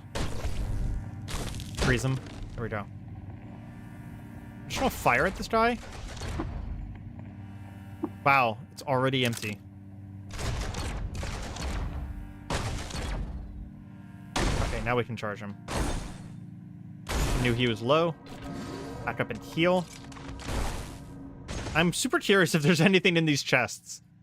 It's the only reason I'm doing this. Kill the item rifle one. Okay, that one's down. Thank goodness. And grab the batteries. Nothing in it. Lacquered visage. Geomagnetic disc.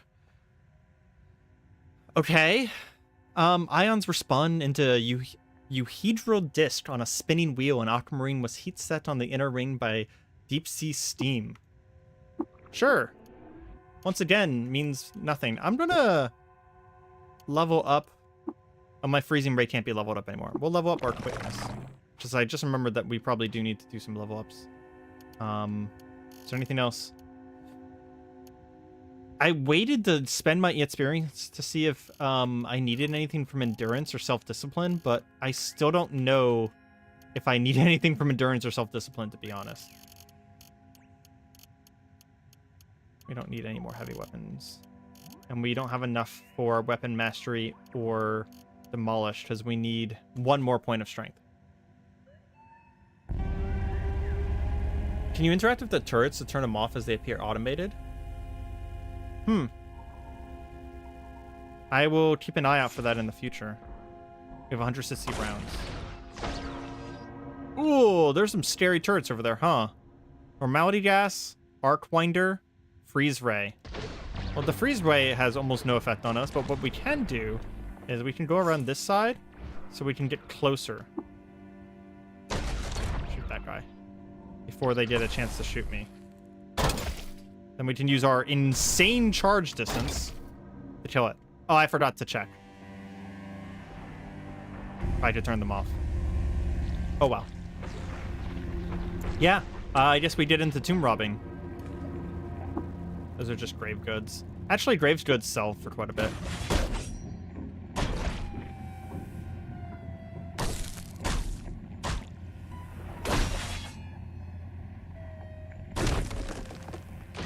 Literally blast that guy through the wall.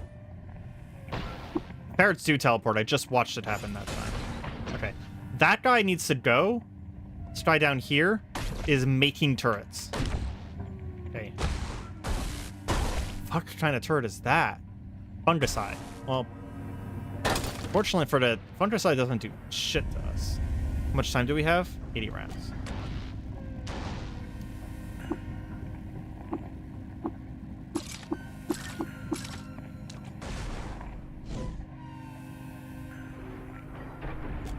I see a stairs down, but not a stairs up.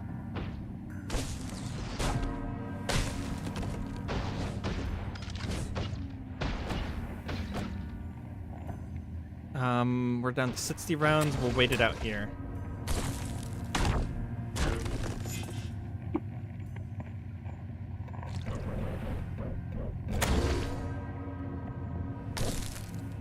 Fucking ferrets keep coming in for me.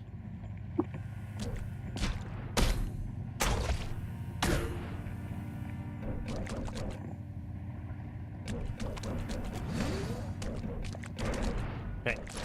Bell just went off. Those are stairs downwards. Does this teleporter take me to stairs? Yes, it does. Okay. So the little teleporter things will also take me down. I am now on Liminal Way. Interesting. We're not hearing a bell anymore.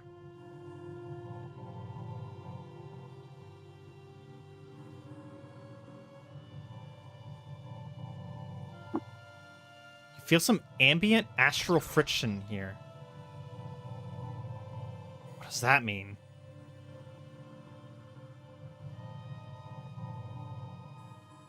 New music. These are all holograms of eaters, right? Yeah. Making sure that none of them are like something else. This place is cool as fuck. Okay. Just want to zoom out real quick. Yeah, okay. Just making sure that there's nothing on our... Oh, what the fuck is that? Star Swine Cherub. This creature belongs to the caste of Star Cherub. And it has light manipulation level 10, so that thing's gonna shoot me with laser beams. Oh, thank God. It is not hostile. Okay, we're gonna stay zoomed out for a moment. Because now that I've seen one, yeah, there's a bunch of cherubs here. Fuck is that? Magenta glass. Oh, look, it's actually like a little scene. Oh, that's so cool. Look at that. Yeah. Bunch of people worshiping something that came down from the sky. Tomb mural depicts a significant event from the life of the ancient Sultan Umed. On one auspicious day, an astronomer found a babe with its mouth full of motes of light outside of his observatory. Yeah. These are so cool. They're like actually showing their lives. Oh, that is fucking cool.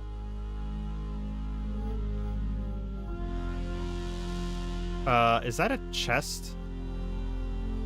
I'm not saying I'm gonna loot it, but I just want to know. There's a reliquary here. That is literally just the sarcophagus of Umed. Okay, so one of the sultans is simply entombed here. I bet all of these things are lore of Umed, aren't they? Yeah, mural of Umed. We're gonna learn a lot about Umed all of a sudden. Mural of Umed. Maybe we can finish a Sultan lore just by reading these. Because there's an achievement for getting all of the lore of a Sultan. If we find one for Reshef, we're actually going to take a moment to read them. But this Umed is one of my randomized Sultans for my run. So I care about him a little bit less, to be honest. These floors are alternative facts. Been following my CUD playthrough for a while. Awesome. Glad to hear it. This will eventually all be made into one super video of my entire playthrough of CUD. But we really needed to find a way to play through the game faster because 1 hour at a time was not enough. Okay, so it says that this is very tough, very tough, very tough. So here's the question, chat. F1 to unlock the look command? I can't use F1 because I've rebound F1 because of OBS settings. So I don't know. I don't know what the actual keybind is. We can look at it at a moment. I can't save. There is no saving manually in this game. At all. There is no manual saves. You have to go to a town to save. So I can't save, But here's the question, chat, and I think Brian knows what I was about to ask. Do I try and open this and fight 4 fucking Saint Beasts? Don't worry, they won't mind? Is that true? Because, like, I'm about to literally rob a fucking sultan, a demigod-like being and a savior of the world. It kind of seems like something they might attack me for, because they're literally standing guard.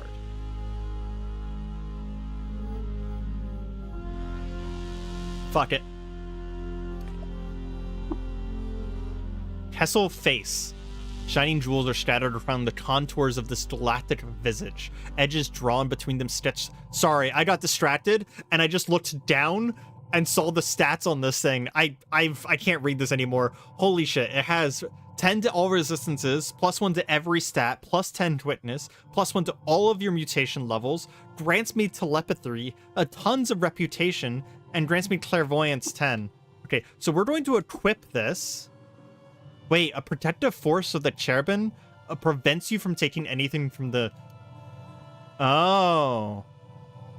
So I have to kill them if I want it.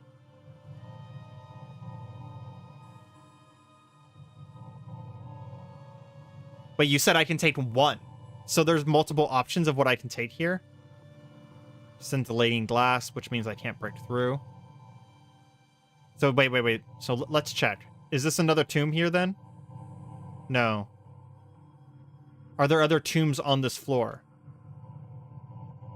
Well, this says Tomb of Umid. Tomb of the Eaters. That says...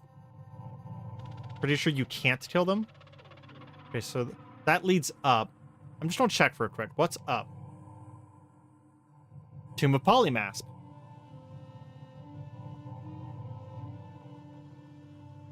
You know what I didn't try? Hold on. Let's go back real quick. I'm super curious. Also, whoever said you only can take 1. Yeah, Zed, just be careful about spoilers, because I don't know what's going on here. Can I talk to these guys? No.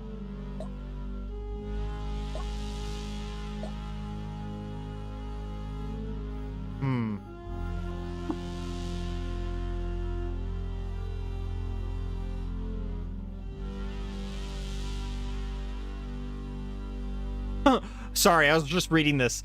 So, you can enter this tomb, but exit is not... Exiting may not succeed leaving the Imperial sarcophagus. It's attached dependent on strength. So you could literally jump in and never be able to leave the sarcophagus.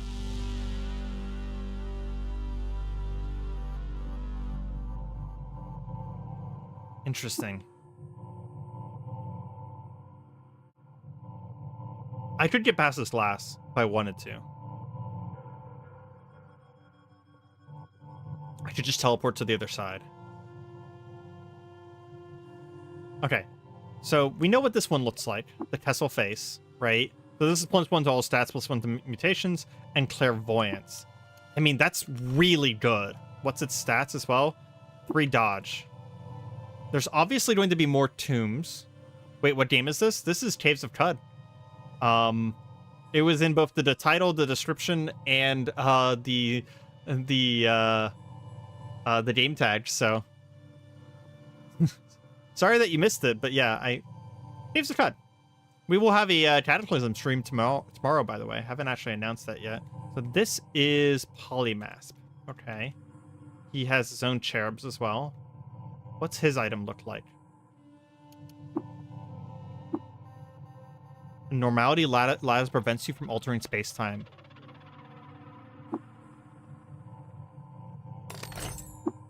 So this guy has a rifle, the Lone Glassblower. And then he has the Shemesh face, which is +1 to all stats, telepathy, move speed, and carry capacity. So they're all going to have resistances and +1 to all stats, and I think, right? As far as you know, the cherubs are neutral friendly as long as you have the mask on. Okay.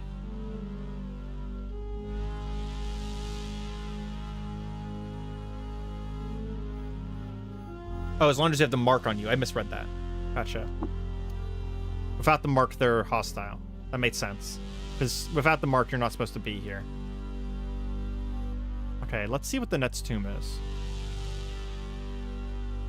Because this is Polymath.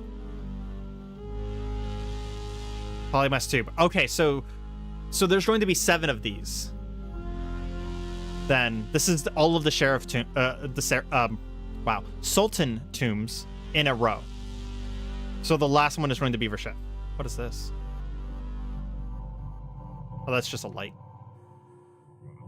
Ooh, that guy looks cool. Star Stranger. This guy has a lot of... He has a cannon! What is that? Cannon of Gleaming Stratagem. Oh, it's a rifle. So I think that's an Eigen rifle. Light manipulation. He has double daggers. And the Earth Base, which is a shit ton of reputation, telepathy, and light manipulation level 6. Not... I would say that's the one I'm least interested in so far. Light manipulation is kind of meh. I mean, if you make a whole run around it, it's cool, but it's not something I care about being level 6. Let's see who's next. This is Koper. So we're still on randomly generated tombs.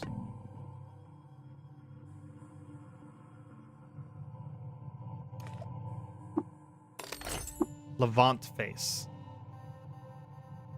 Whenever you're about to take avoidable damage, there's a 10% chance you blink away instead. Yeah, that one's... I would never take that one. That is absolutely fucking awful. We had that on an armor set very early on. This is Yahim. And we hated it. In fact, we actually went and sold that legendary armor because of how awful it was. Ooh. It's a really cool one. Mechanical Time Root Cherub. And a mechanical Jeweled Baboon Cherub. Olive Face gives me... Oh, this one's not +1 to all stats. It's an insane amount of reputation changes, though. Mostly negative. And then gives you Temporal Feud.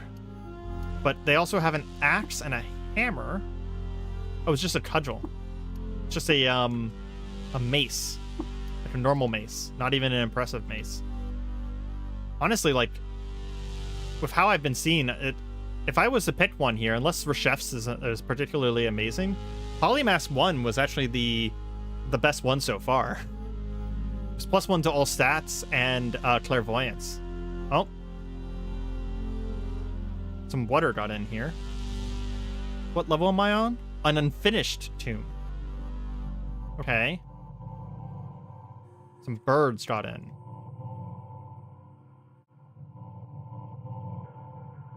What is that? Herodicus. Can I talk to you? Oh. Oh. Peace to all who canter in the house of the coiled lamb. Who are you? Oh. I am Herodicus, lapidary, lithographer, sculptor, calciminer, and biographer to the coiled lamb, which is Reshef. I will tarry here until the godhead passes on. Wait, what? Reshef's not dead? I'm sorry, what? And then I will canonize his deeds in high relief.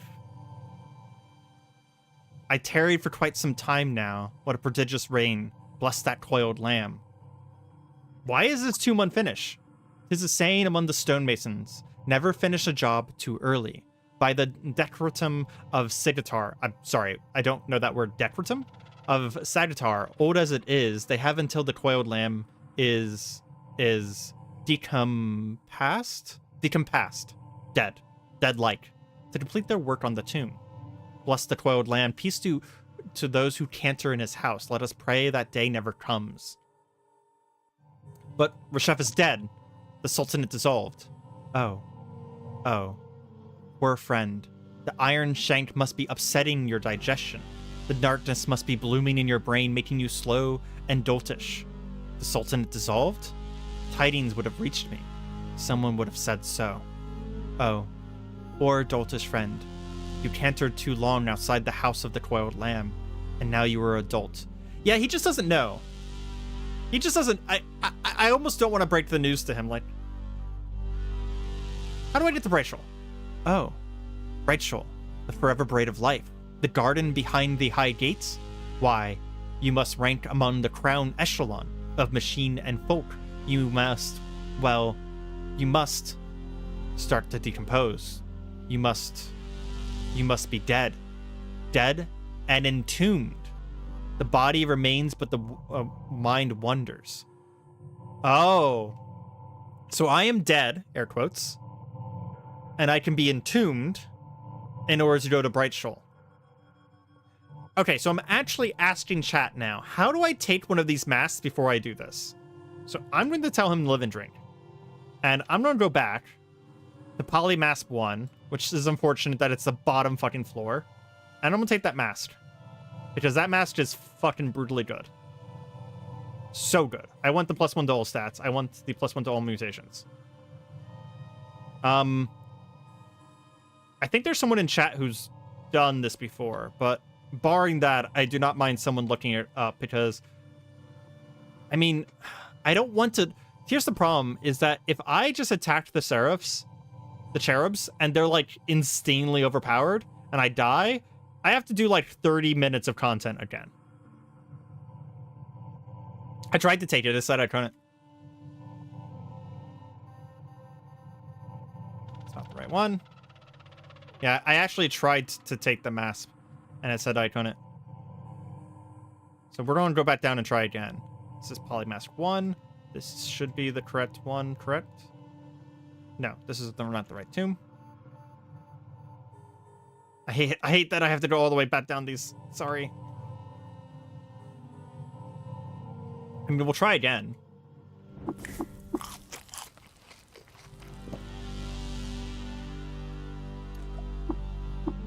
Yeah. That the force of the cherubim prevents you from taking anything from the reliquary.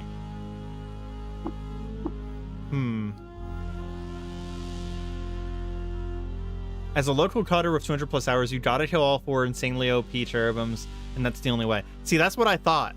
That I'd have to kill the cherubs.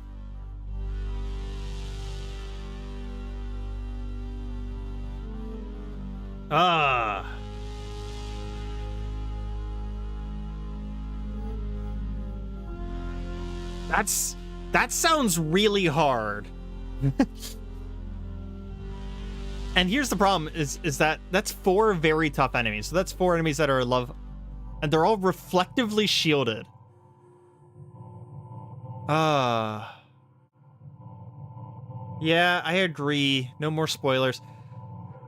Okay. So no more spoilers, but here's my question, chat. Should I try this or should I move on? I don't need this. I don't need the stats. I don't need the mask. I just want it. I just want the mask. This sounds insanely hard. The fact that they are reflectively shielded means I can't use my gun against them, and there's a chance that my freezing ray won't work either. And there's too many of them to permastun. If it was one enemy, I would guarantee that I could kill it. Because permastun is a thing. My build is based around permastun. But there's 4 of them. Yeah, I can't teleport either. That's actually a really good point, because I'm currently astrally burdened. I can't distort space-time in any way, shape, or form. Can I fly here? I can fly here. I'm just looking at my options. 100% move on. Move on. Nah. How many people are in chat right now? 10. If I was playing solo right now, so I'm just thinking out loud. If I was playing solo right now, I would do this, because I would not be afraid of going through the floors that I just came through in order to get back up here, right? Plus, I would have an idea of what these guys are like. So the question I have to ask myself is, do I plan on playing Caves of Cud on YouTube again? Because I might not be. Okay, here's what we're going to do. We're going to stand back here. Did we freeze him? He is frozen.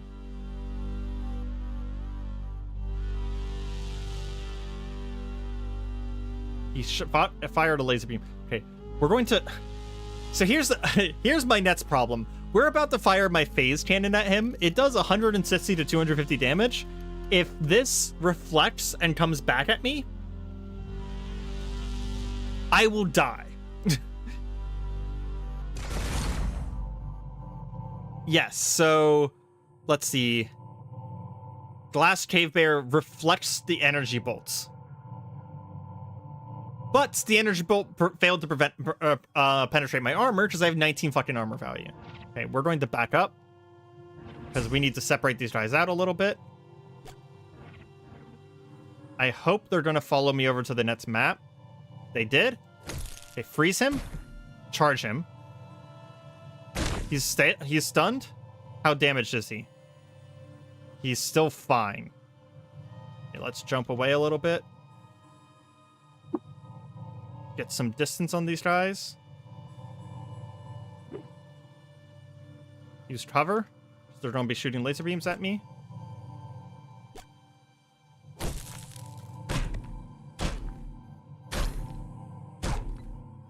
Every time I hit them, they also hurt me. Smash him. How badly hurt is he? It's fine. They can hit you while flying? Yeah, I kind of figured as much. Because they're shooting laser beams, so flying is not going to help me. Okay. Back up a little bit more. We're going to rest. Freeze. Charge. Smash. Because of our insanely high armor value, as long as... Oh my god! Okay, activate the Flume Flyer. Move away. Holy fuck, that guy hit me hard. Okay, so we can only fight them whenever they're stunned.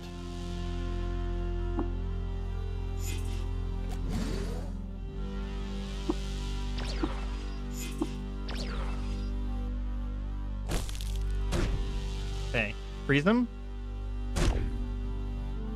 Stun him. Jump back in for... Okay, he is... We need to watch this guy. He's still dazed and stunned. He's still dazed and stunned. I'm watching the chat down here. Because as soon as he breaks free of stun, we need to get the fuck away.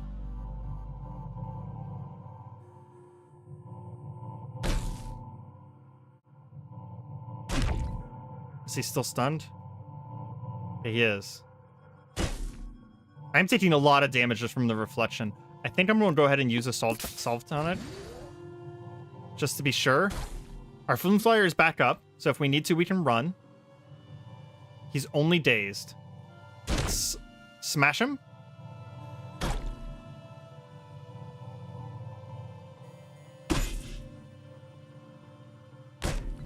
Okay. Permastun, guys. We killed one. Oh, okay. We can do this. We can do this. We can do this. Cherubim is in Catholic mythology a high class of angel. Yes. It's actually one of the lowest classes of angel. They're the messengers, right? The seraphim are the highest classes. Either that or the what's the Metatron is the highest angel. Voice of God. I like the old Catholic mythology. It's very cool. It's all called the Sephiroth, is the hierarchy of all of the angels. But cherubs are the ones that would come to the earth the most often. Where's the other one? There's only two. There was 4 originally. We're gonna hit this guy a bunch. The other one's just shooting me. Okay, we're gonna back off. Freeze him, do that again. Back off. I don't like how close this guy is to me. I don't like that I don't know where the other bear went.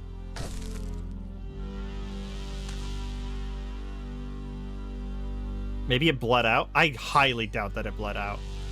It's far more likely that it's in one of these corners somewhere.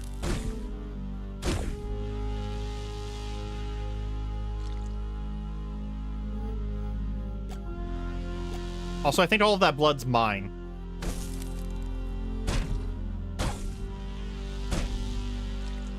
Ah, we're taking so much damage from the fucking reflect barrier that they have. Feel frigid. What did it do to me? I think it just cooled me off. Oh no, it put all my shit on cooldown. Okay. Flume Flyer. We're gonna move away.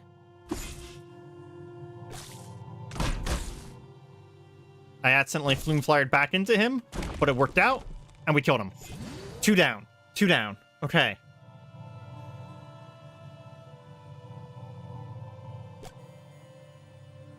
We got this. This was a good choice. We see a star swine moving. Okay, there's only that one. We need to get closer to him. Charge him. Daze him.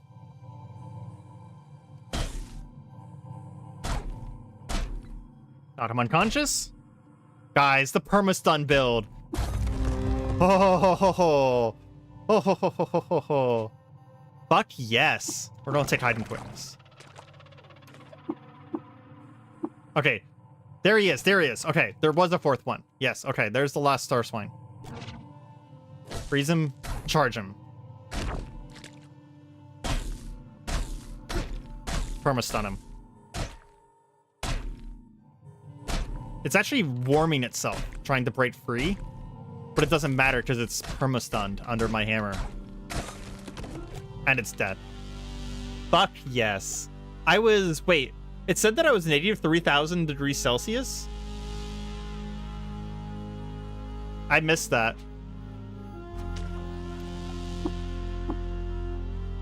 Robber chimes ring through the vault, and you hear the grating of stone on stone as the other Imperial reliquaries slide into the unreachable recesses of the tomb. You have the Kessel face.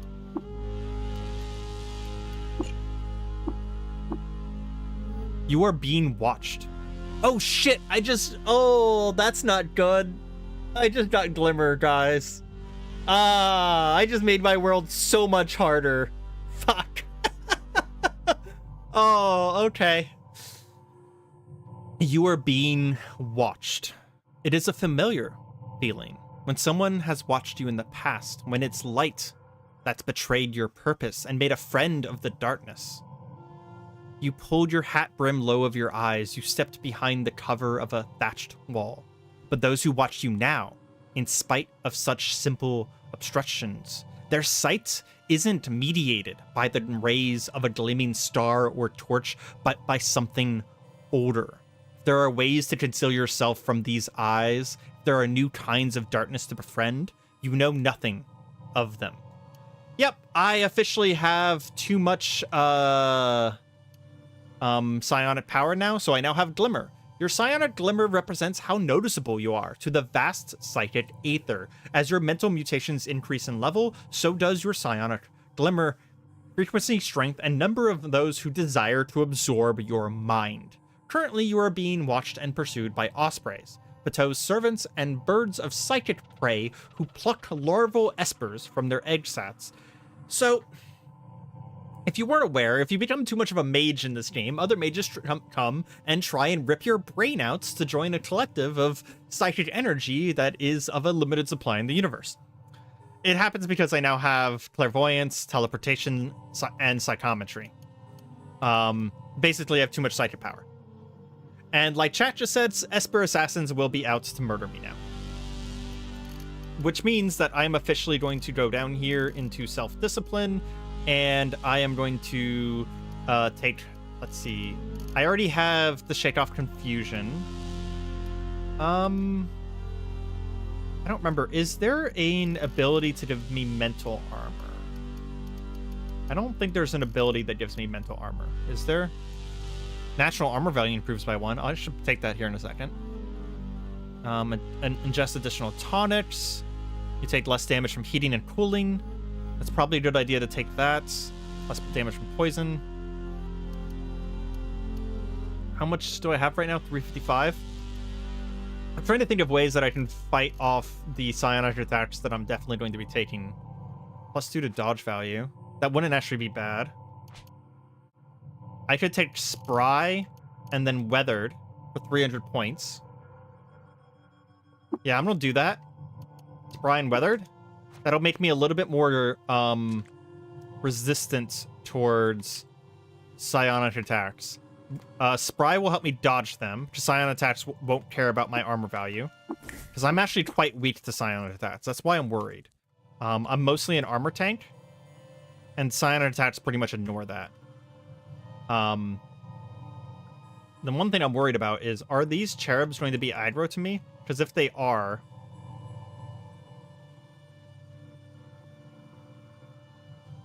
They're not. Okay, I was gonna say, if they are, I'm going to go save. Maybe I should just save anyways.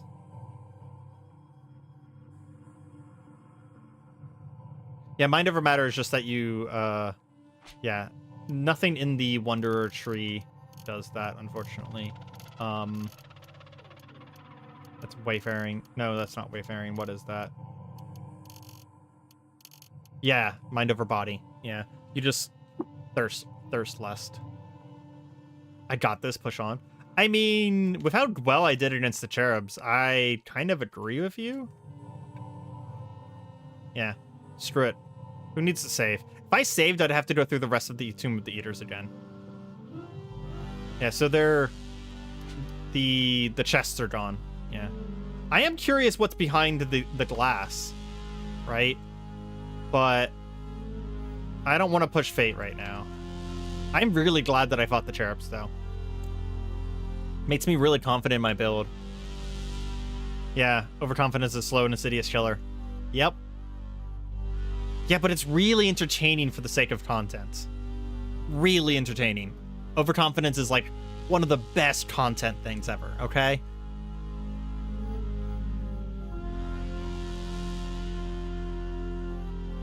Someone just recommended I speak to the birds at the mouth of the unfinished tomb, which is Reshef's tomb, right?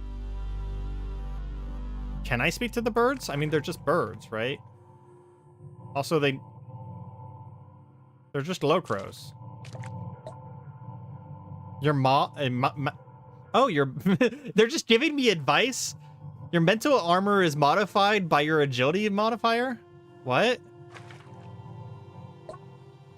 This disheartens us, but there is peace beneath the cauldron with chromium incision.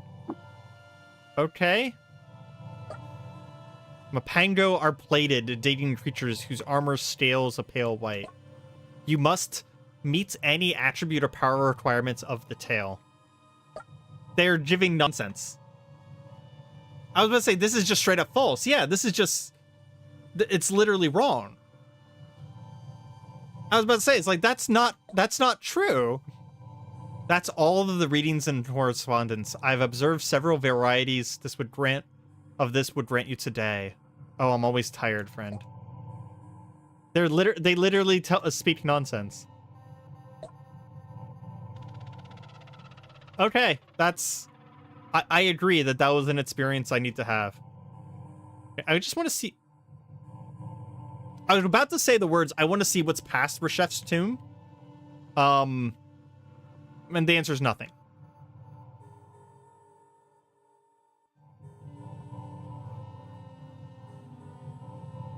I could just move past this. I think I'm not going to, though. Okay.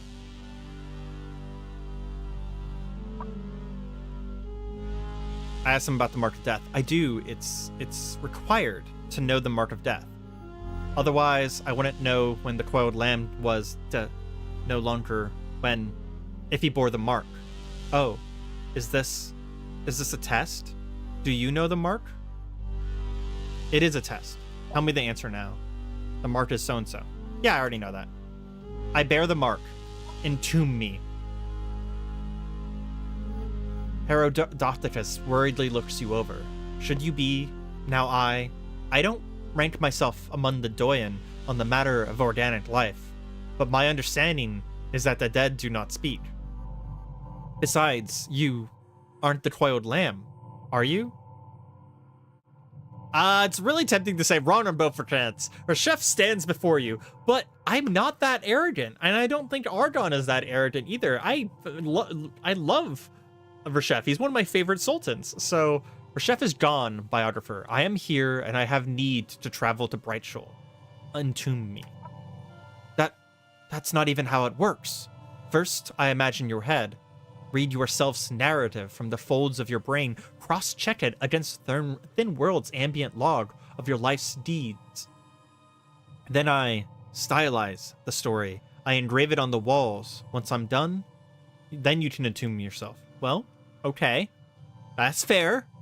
Do that then. Fine. Herodotus shines a cone of blue light at you. Starting a phytoscan. So here's an interesting question. So this is where Reshef was supposed to be entombed. I don't know what the end of Reshef's story is. I have found a lot of lore of Reshef in all of my playthroughs and have never seen the end of his story. So I wonder what happened that he didn't come and get entombed. Huh. Don't claim to be Reshef? I agree. Yeah. Commencing cross-check with the Thin World Annals. Cross-check complete. Your narrative is compiled. Now to engrave it. Peace. Peace to all who canter in the house of the coiled lamp. He is literally going to go engrave my story. I'm gonna follow him. That's so cool. Mural of Argon. The mural depicts a significant event from the life of the Sultan Argon. Inside a temple of water and vine, Argon taught an old man the value of chrome.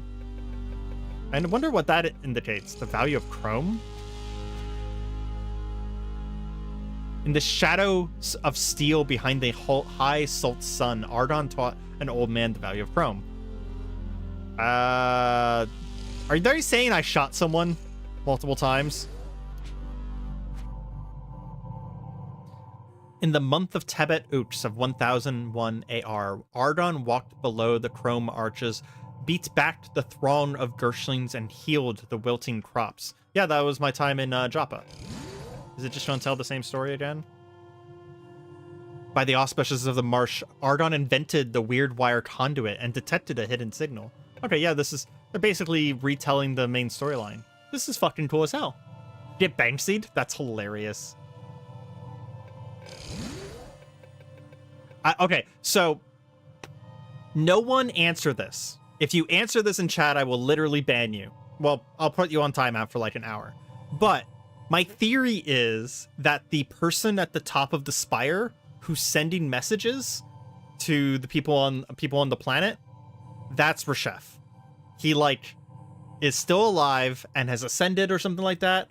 That is my current running theory, because it is weird that Reshef was so powerful. He stopped every single plague, but he didn't actually stop them. He just kind of pushed them aside. Like, we still have Iron Shanks, we still have Gershlings, etc. We still have Rotglot, right?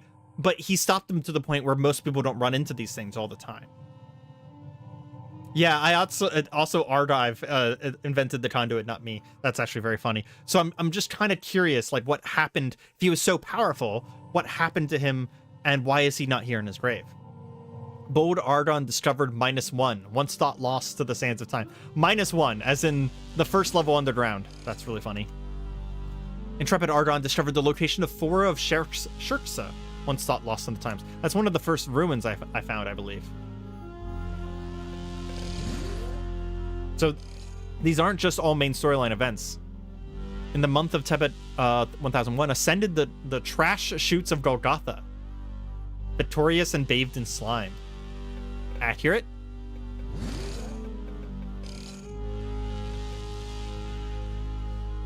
Gallant Argon discovered once -1. Okay.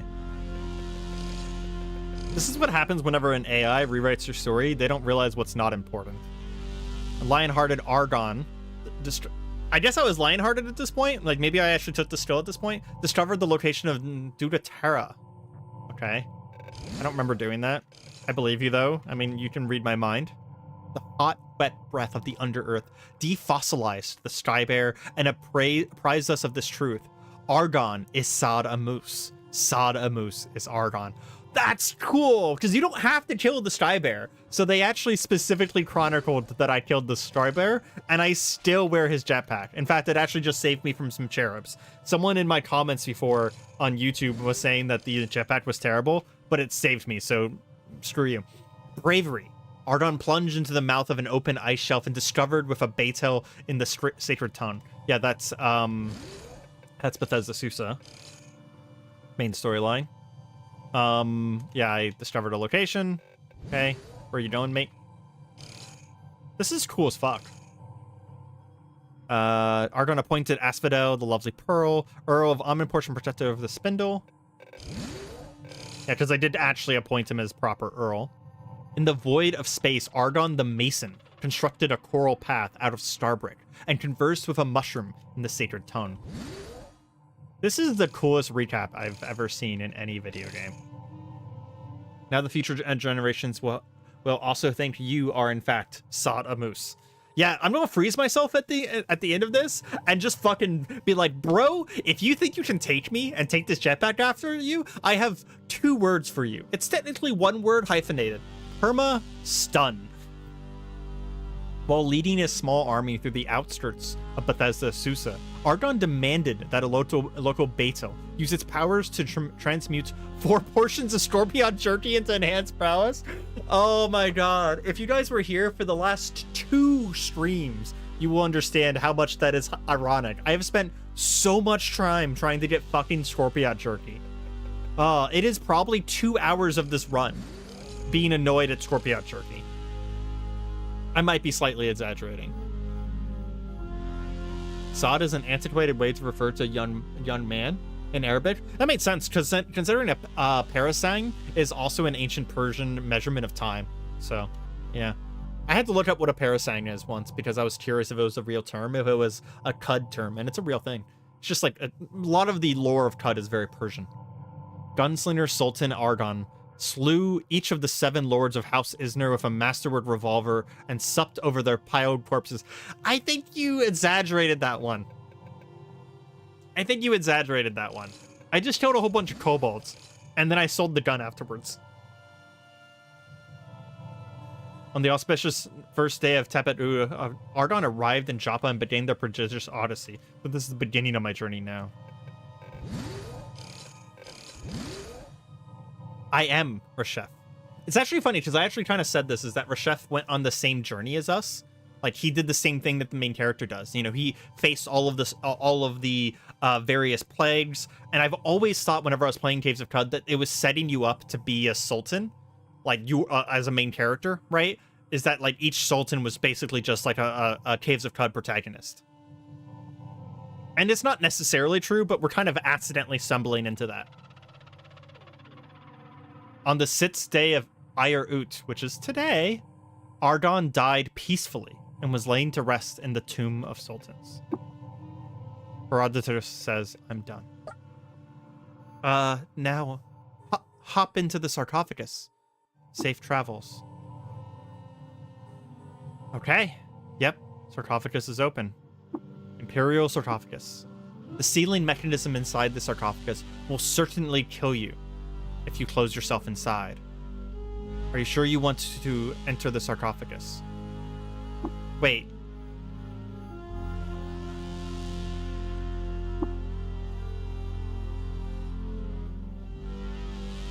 Yep. Fuck it. YOLO? You literally only live once.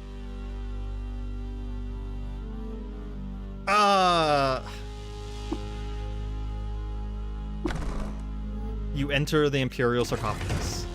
The colossal lid slams shut. Darkness engulfs you. You died. Entombed in the burial chamber of a chef, the last sultan. Oh, that just straight up fucking kills me.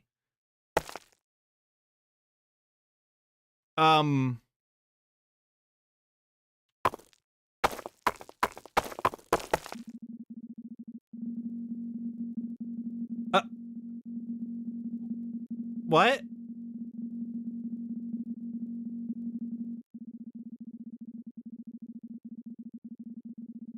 Oh, this is very...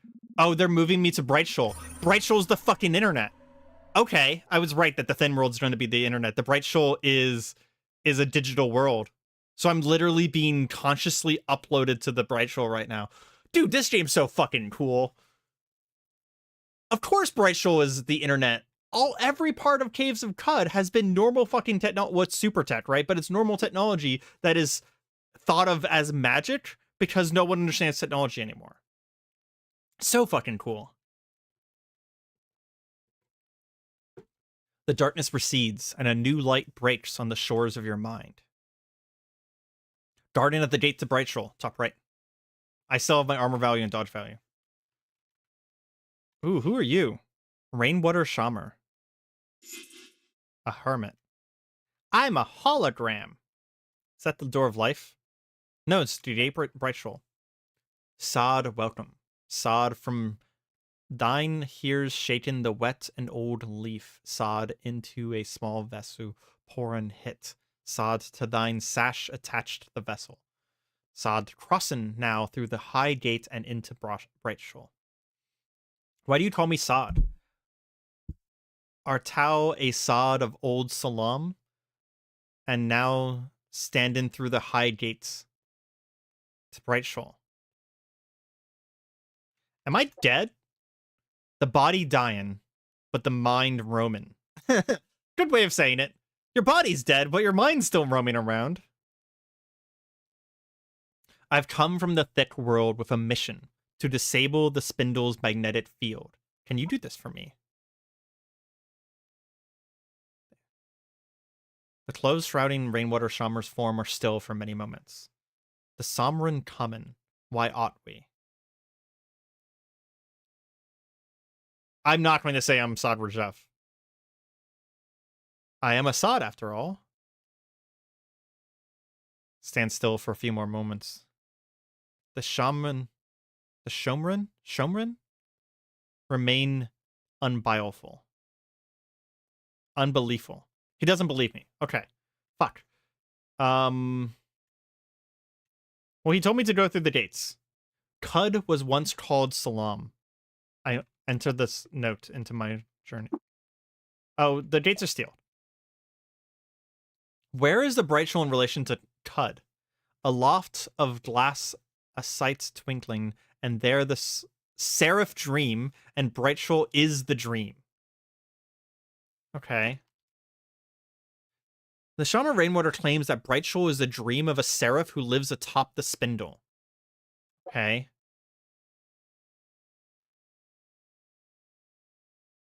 Is Reshef here? No.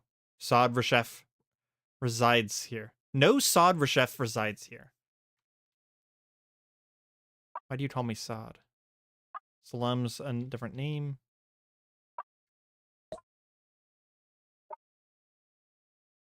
Oh, I have new options now. Okay. Something changed atop the spindle. If Brightshore is indeed connected to the city there, then this may change.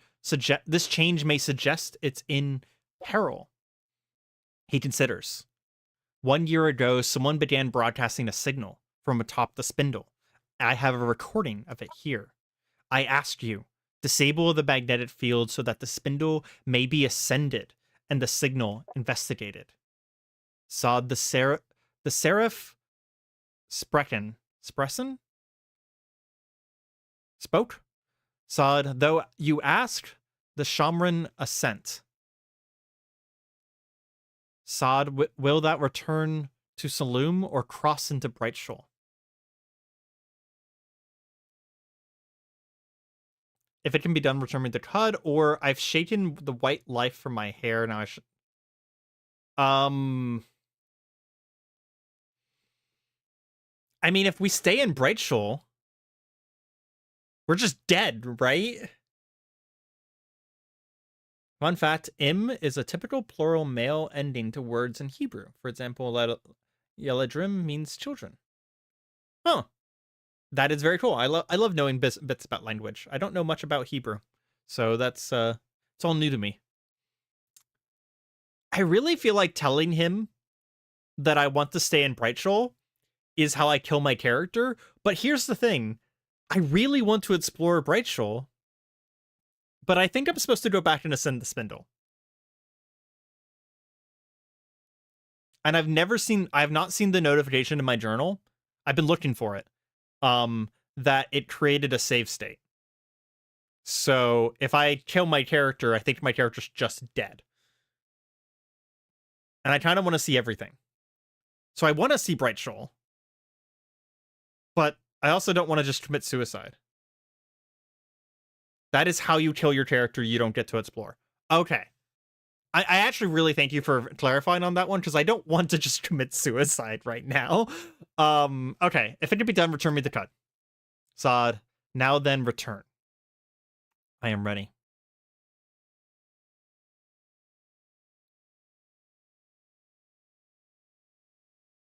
In the future, I might have a character sacrifice themselves to Bright Shoal, just to see what that ending looks like, but not today.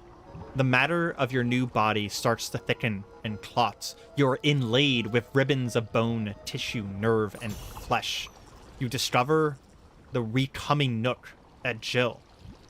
Recoming instead of becoming. That's a cool term. You note the location of the recoming nook. I am in fact parched.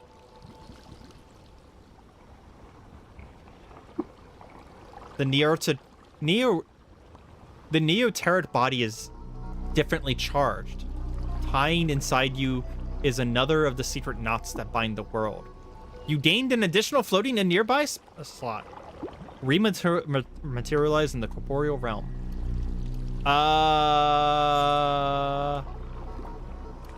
Oh, thank God. Oh my God. Thank you so much. I was so concerned that we didn't have our gear. Oh my gosh.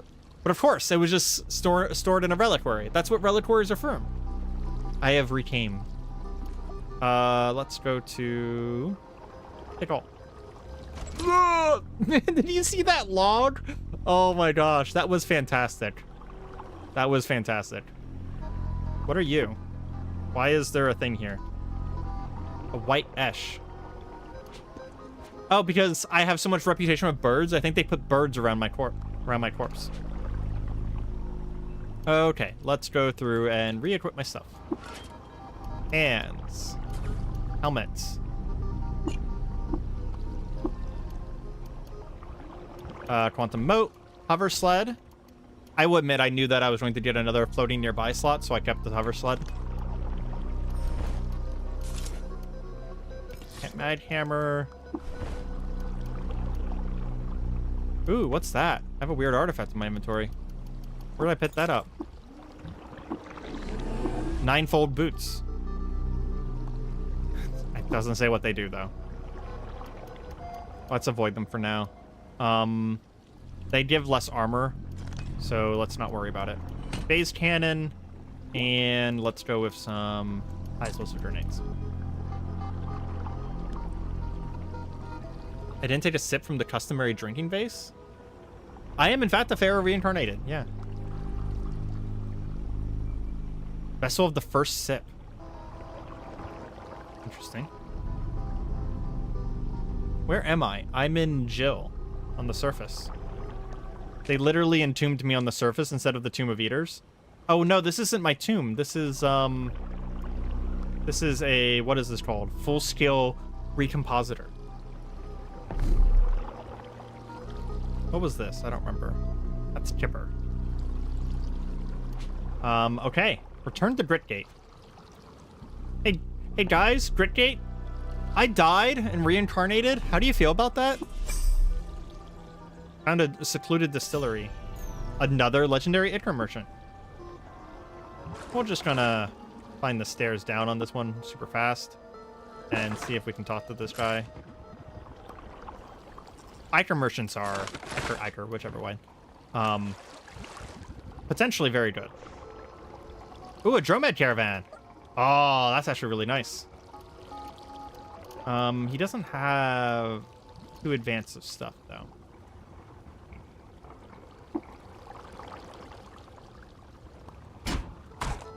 Why is there suddenly sandstone here? That was weird. I think that's one of those plants that generates stone. Let's see. Cloning drought?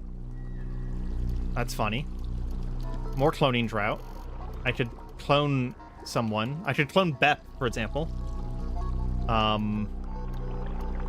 If we cloned Bep, we would have one of the best tinkers in the entire game doubled. Could I afford it? I could 100% afford it. Also, Bep would finally have a friend, because I don't think he has any friends. Sounds rude, but I honestly think I'm just correct.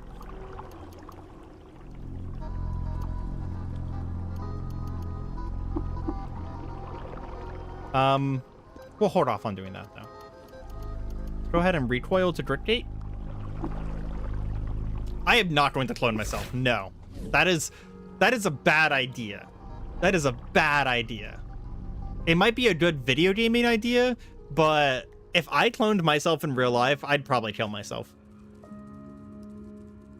Now, the question is, does Bep need any friends? I personally think no. He does not need friends. But we're going to make him a friend anyways. I will probably clone Bep at some point. But I'd first like to go ahead and turn in this quest because we're quickly approaching 3 hours, which is my maximum amount of streaming. I have put a limit on myself streaming longer than 3 hours because I end up freaking tired all day if I stream longer than 3 hours. But we want to finish this quest. Oh, we need to speak to Barathrum, not Otho. Oh, hey, Pat's Klein is down here now, too. And he's made a mess of Otho's office. That's really funny. Or Barathrum's office. Is that you, Nestling Ardon? Are you returned from gate and tomb? Come closer, I say. It is. Barathrum. You appear refreshed. My old eyes spy the swim lines of the waking world, and to you they cede precedence. A newness obtained. Outside of time, I found my place myself in a place of light. I chose to return and was made new. Barathrum pauses. Understandably pauses when I just nonchalantly drop the lore of, oh yeah, I was reincarnated. Glad you noticed. I am confident there is a richness of wisdom in the poetry of that statement. One day, I will be eager to discover it. For now, what of the spindle? I found a Breitschel, where it lies beyond the tomb. I spoke to the Shomer there and arranged for the disablement of the spindle's magnets. You were ever a courier of bright tidings, Argon. I am fond of this fact. Categories and types are decohering in these historic times. Nonetheless, the ritual nourishes us. You are raised to Mevin, Argon, the one who understands. Promoted to the rank of Mevin. Take this, too, a shoot of morphine gel from my personal collections. You've arrayed yourself in the artifacts of time, so we have little left to give you. But still, this may be useful. I have definitely arrayed myself in artifacts. That is fucking true. I think almost every item I'm wearing is an artifact. I completed the quest, Tomb of the Eaters. I gained more reputation with them. Now matters have evolved in your absence. Do you choose now to learn more? I do. High on the mount above Amen perch, the Putus Templar watch us through their war lenses and prepare an attack. The Nephilim, too, stir from their cradles on the moon stair and slump with an infernal purpose. The short of this is, due to the dearth of prime and inadequate armament, Pat's Clang no longer believes in the viability of Q-Dural's Climber design. We must take Clang at his word here. This disheartens us, but there is another hope. Clang has offered up a new design, something unconventional at all angles. And despite our early misgivings, Q-Dural and I now work in assistance to the project. God, how long was I dead? A new creature struggles to be born, Argon, and you will help birth it. Then it will carry us, you and I, to the top of the spindle. Are they making a mech? Pat's Clang will mold the creature from raw bioelectric... Nope, that's not a mech, that's a creature. Okay, cool. Pat's Clang will mold the creature from raw electrical materials. You must gather these entrails. The body as a model, the catalyst to charge the sanguine fluid, the atmos as a deistic direction, the armament for protection, and the hasma for personality. You will bond with the creature too and act as its pilot. You must speak an incantation to inscribe the connection. You will also need to procure the sanguine fluid itself, and 2, a power source shielded from electromagnetic attacks. So, Tuesday, right? Just, that was a lot. You must become pregnant, journey friend. Hey, I'm not. It's a communal birth, okay? I'm not becoming pregnant alone, at least. These intros, where are they and where do I find them? They are components that we will grow, shape, and solder into the ascendant being. In this case, ascendant doesn't mean ascendant as in like godly, but literally a being that will ascend, like upwards into space. Cool use of wordplay. We can delve into specifics once you begin, at which point Pat's clan can also serve as a source of knowledge. As you acquire components, bring them to the mound of scrap and clay over by Clang. Sanguine fluid? Primordial soup. To be catalyzed and ran through its arteries as animated substance. It just so happens we know of 3 item merchants to get primordial soup from. Well, that's going to be an easy step. Power source. Yes.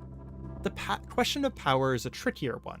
Our standard power sources might suffice, but they would be vulnerable to electromagnetic attacks on the ascent, and we believe it within the competency of the Buddhist Templar to execute such an attack. I'm starting to think that this is literally a mech. It's just a mech, isn't it? This leaves us 2 options. Clang and Q-Girl have worked out a design for a neutronic battery, free from vulnerabilities on the EM spectrum, but it requires 3 drams of neutron flux. Oh, I have not found 1 dram, Marathroom. You're asking for 3? Fuck. Okay. The alternative is remote power, but to carry us across the spindle's length, the source would have to be extraordinary. I would look to Shiva, the Tree of Life, for a psychic quickening. The reports tell of the resumption of their roaming across the moonstare. Seek the trunk of Ain Raj to begin your investigation, if that's the path you choose. I mean, talking to the Shiva, the Tree of Life, just sounds more interesting than trying to grind to find 3 neutron flux.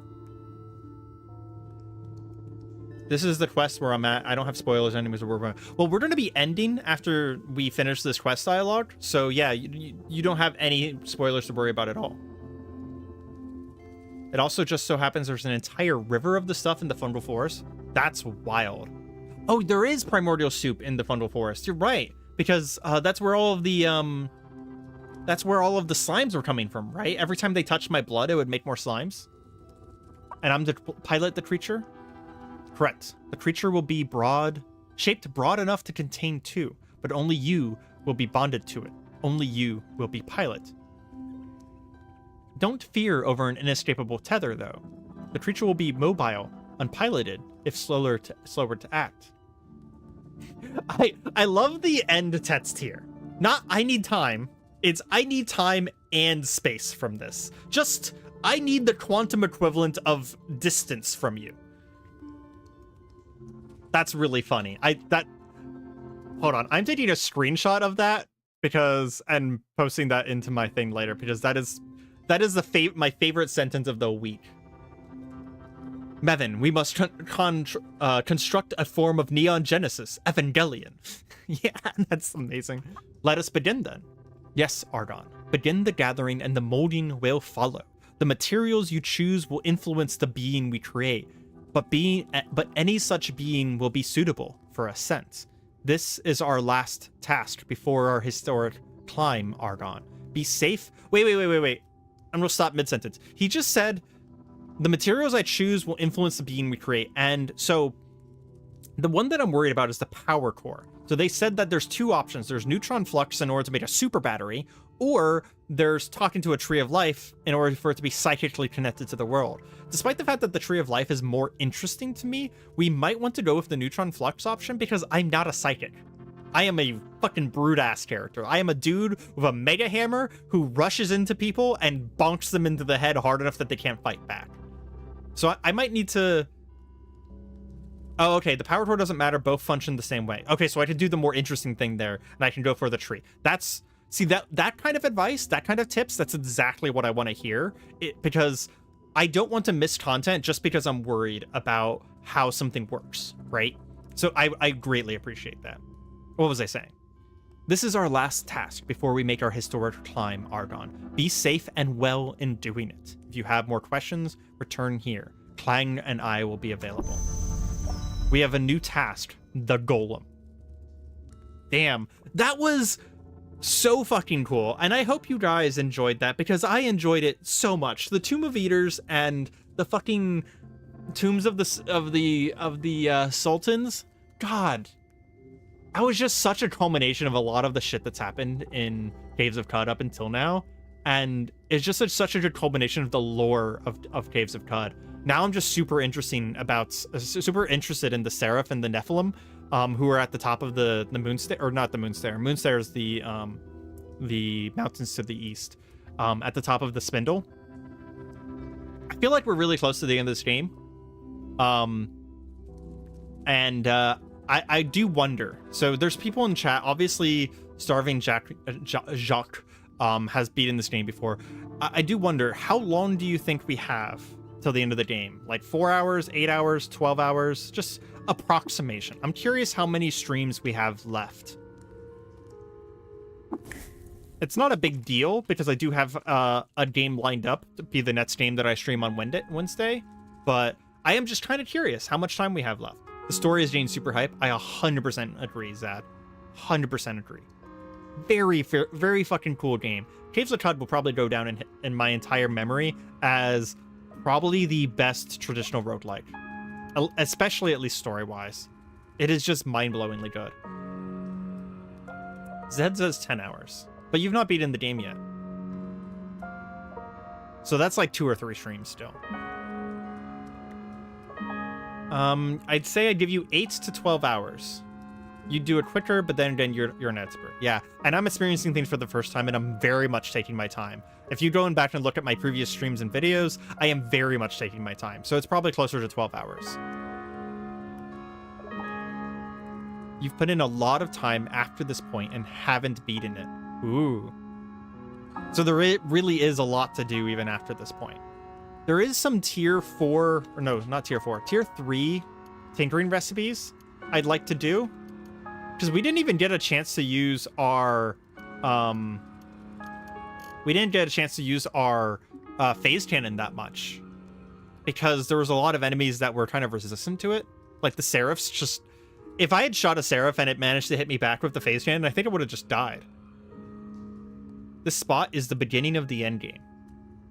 Yeah. So anything we want to do, we need to do now, right? So I would say one of the things that we want to do is we want to get, I think we need to get to level 36. No, we have to get to level 32 to get another attribute point to finish off strength. And then we can take Demolish and Weapon Master once we have that. Although we won't have the points. I think giving those 2 options, we will probably take Weapon Master, because Weapon Master says whenever I make a melee attack while single weapon fighting, we immediately make a second attack for free. That's kind of ridiculous. You do play Classic, which making you take a much longer time. That's fair. If I was playing Classic, I'd be a lot more safe. I probably wouldn't have attacked those Seraphs. Just getting that thing ready takes a lot of effort, so it kind of depends on luck and how you approach it. I mean, I already know where the Primordial Soup is, so that's going to be a very easy one to do. Do we have a quest for this? Yeah, okay. So we provide a follower level 30 or above. Oh, we have to sacrifice a follower for this? That's funny. 20 drams of Primordial Soup. That's easy. 3 drams of a pure liquid. Interesting. The limb of a creature. A Zetachrome weapon? Okay, well, that's fucking hard. An entry from your chronology. An item that weighs 5 pounds or less. And the alternate power source. We're definitely going to be going for the alternate power source. We also will probably check the rest of the historical sites and collect their artifacts. Because some of them might just be really good for us, right? You don't have to sacrifice them. I know who I want to bring. I already know who I want to bring. He's my favorite NPC in the game. No, I don't care about ruins. Stop it. Can I bring this guy?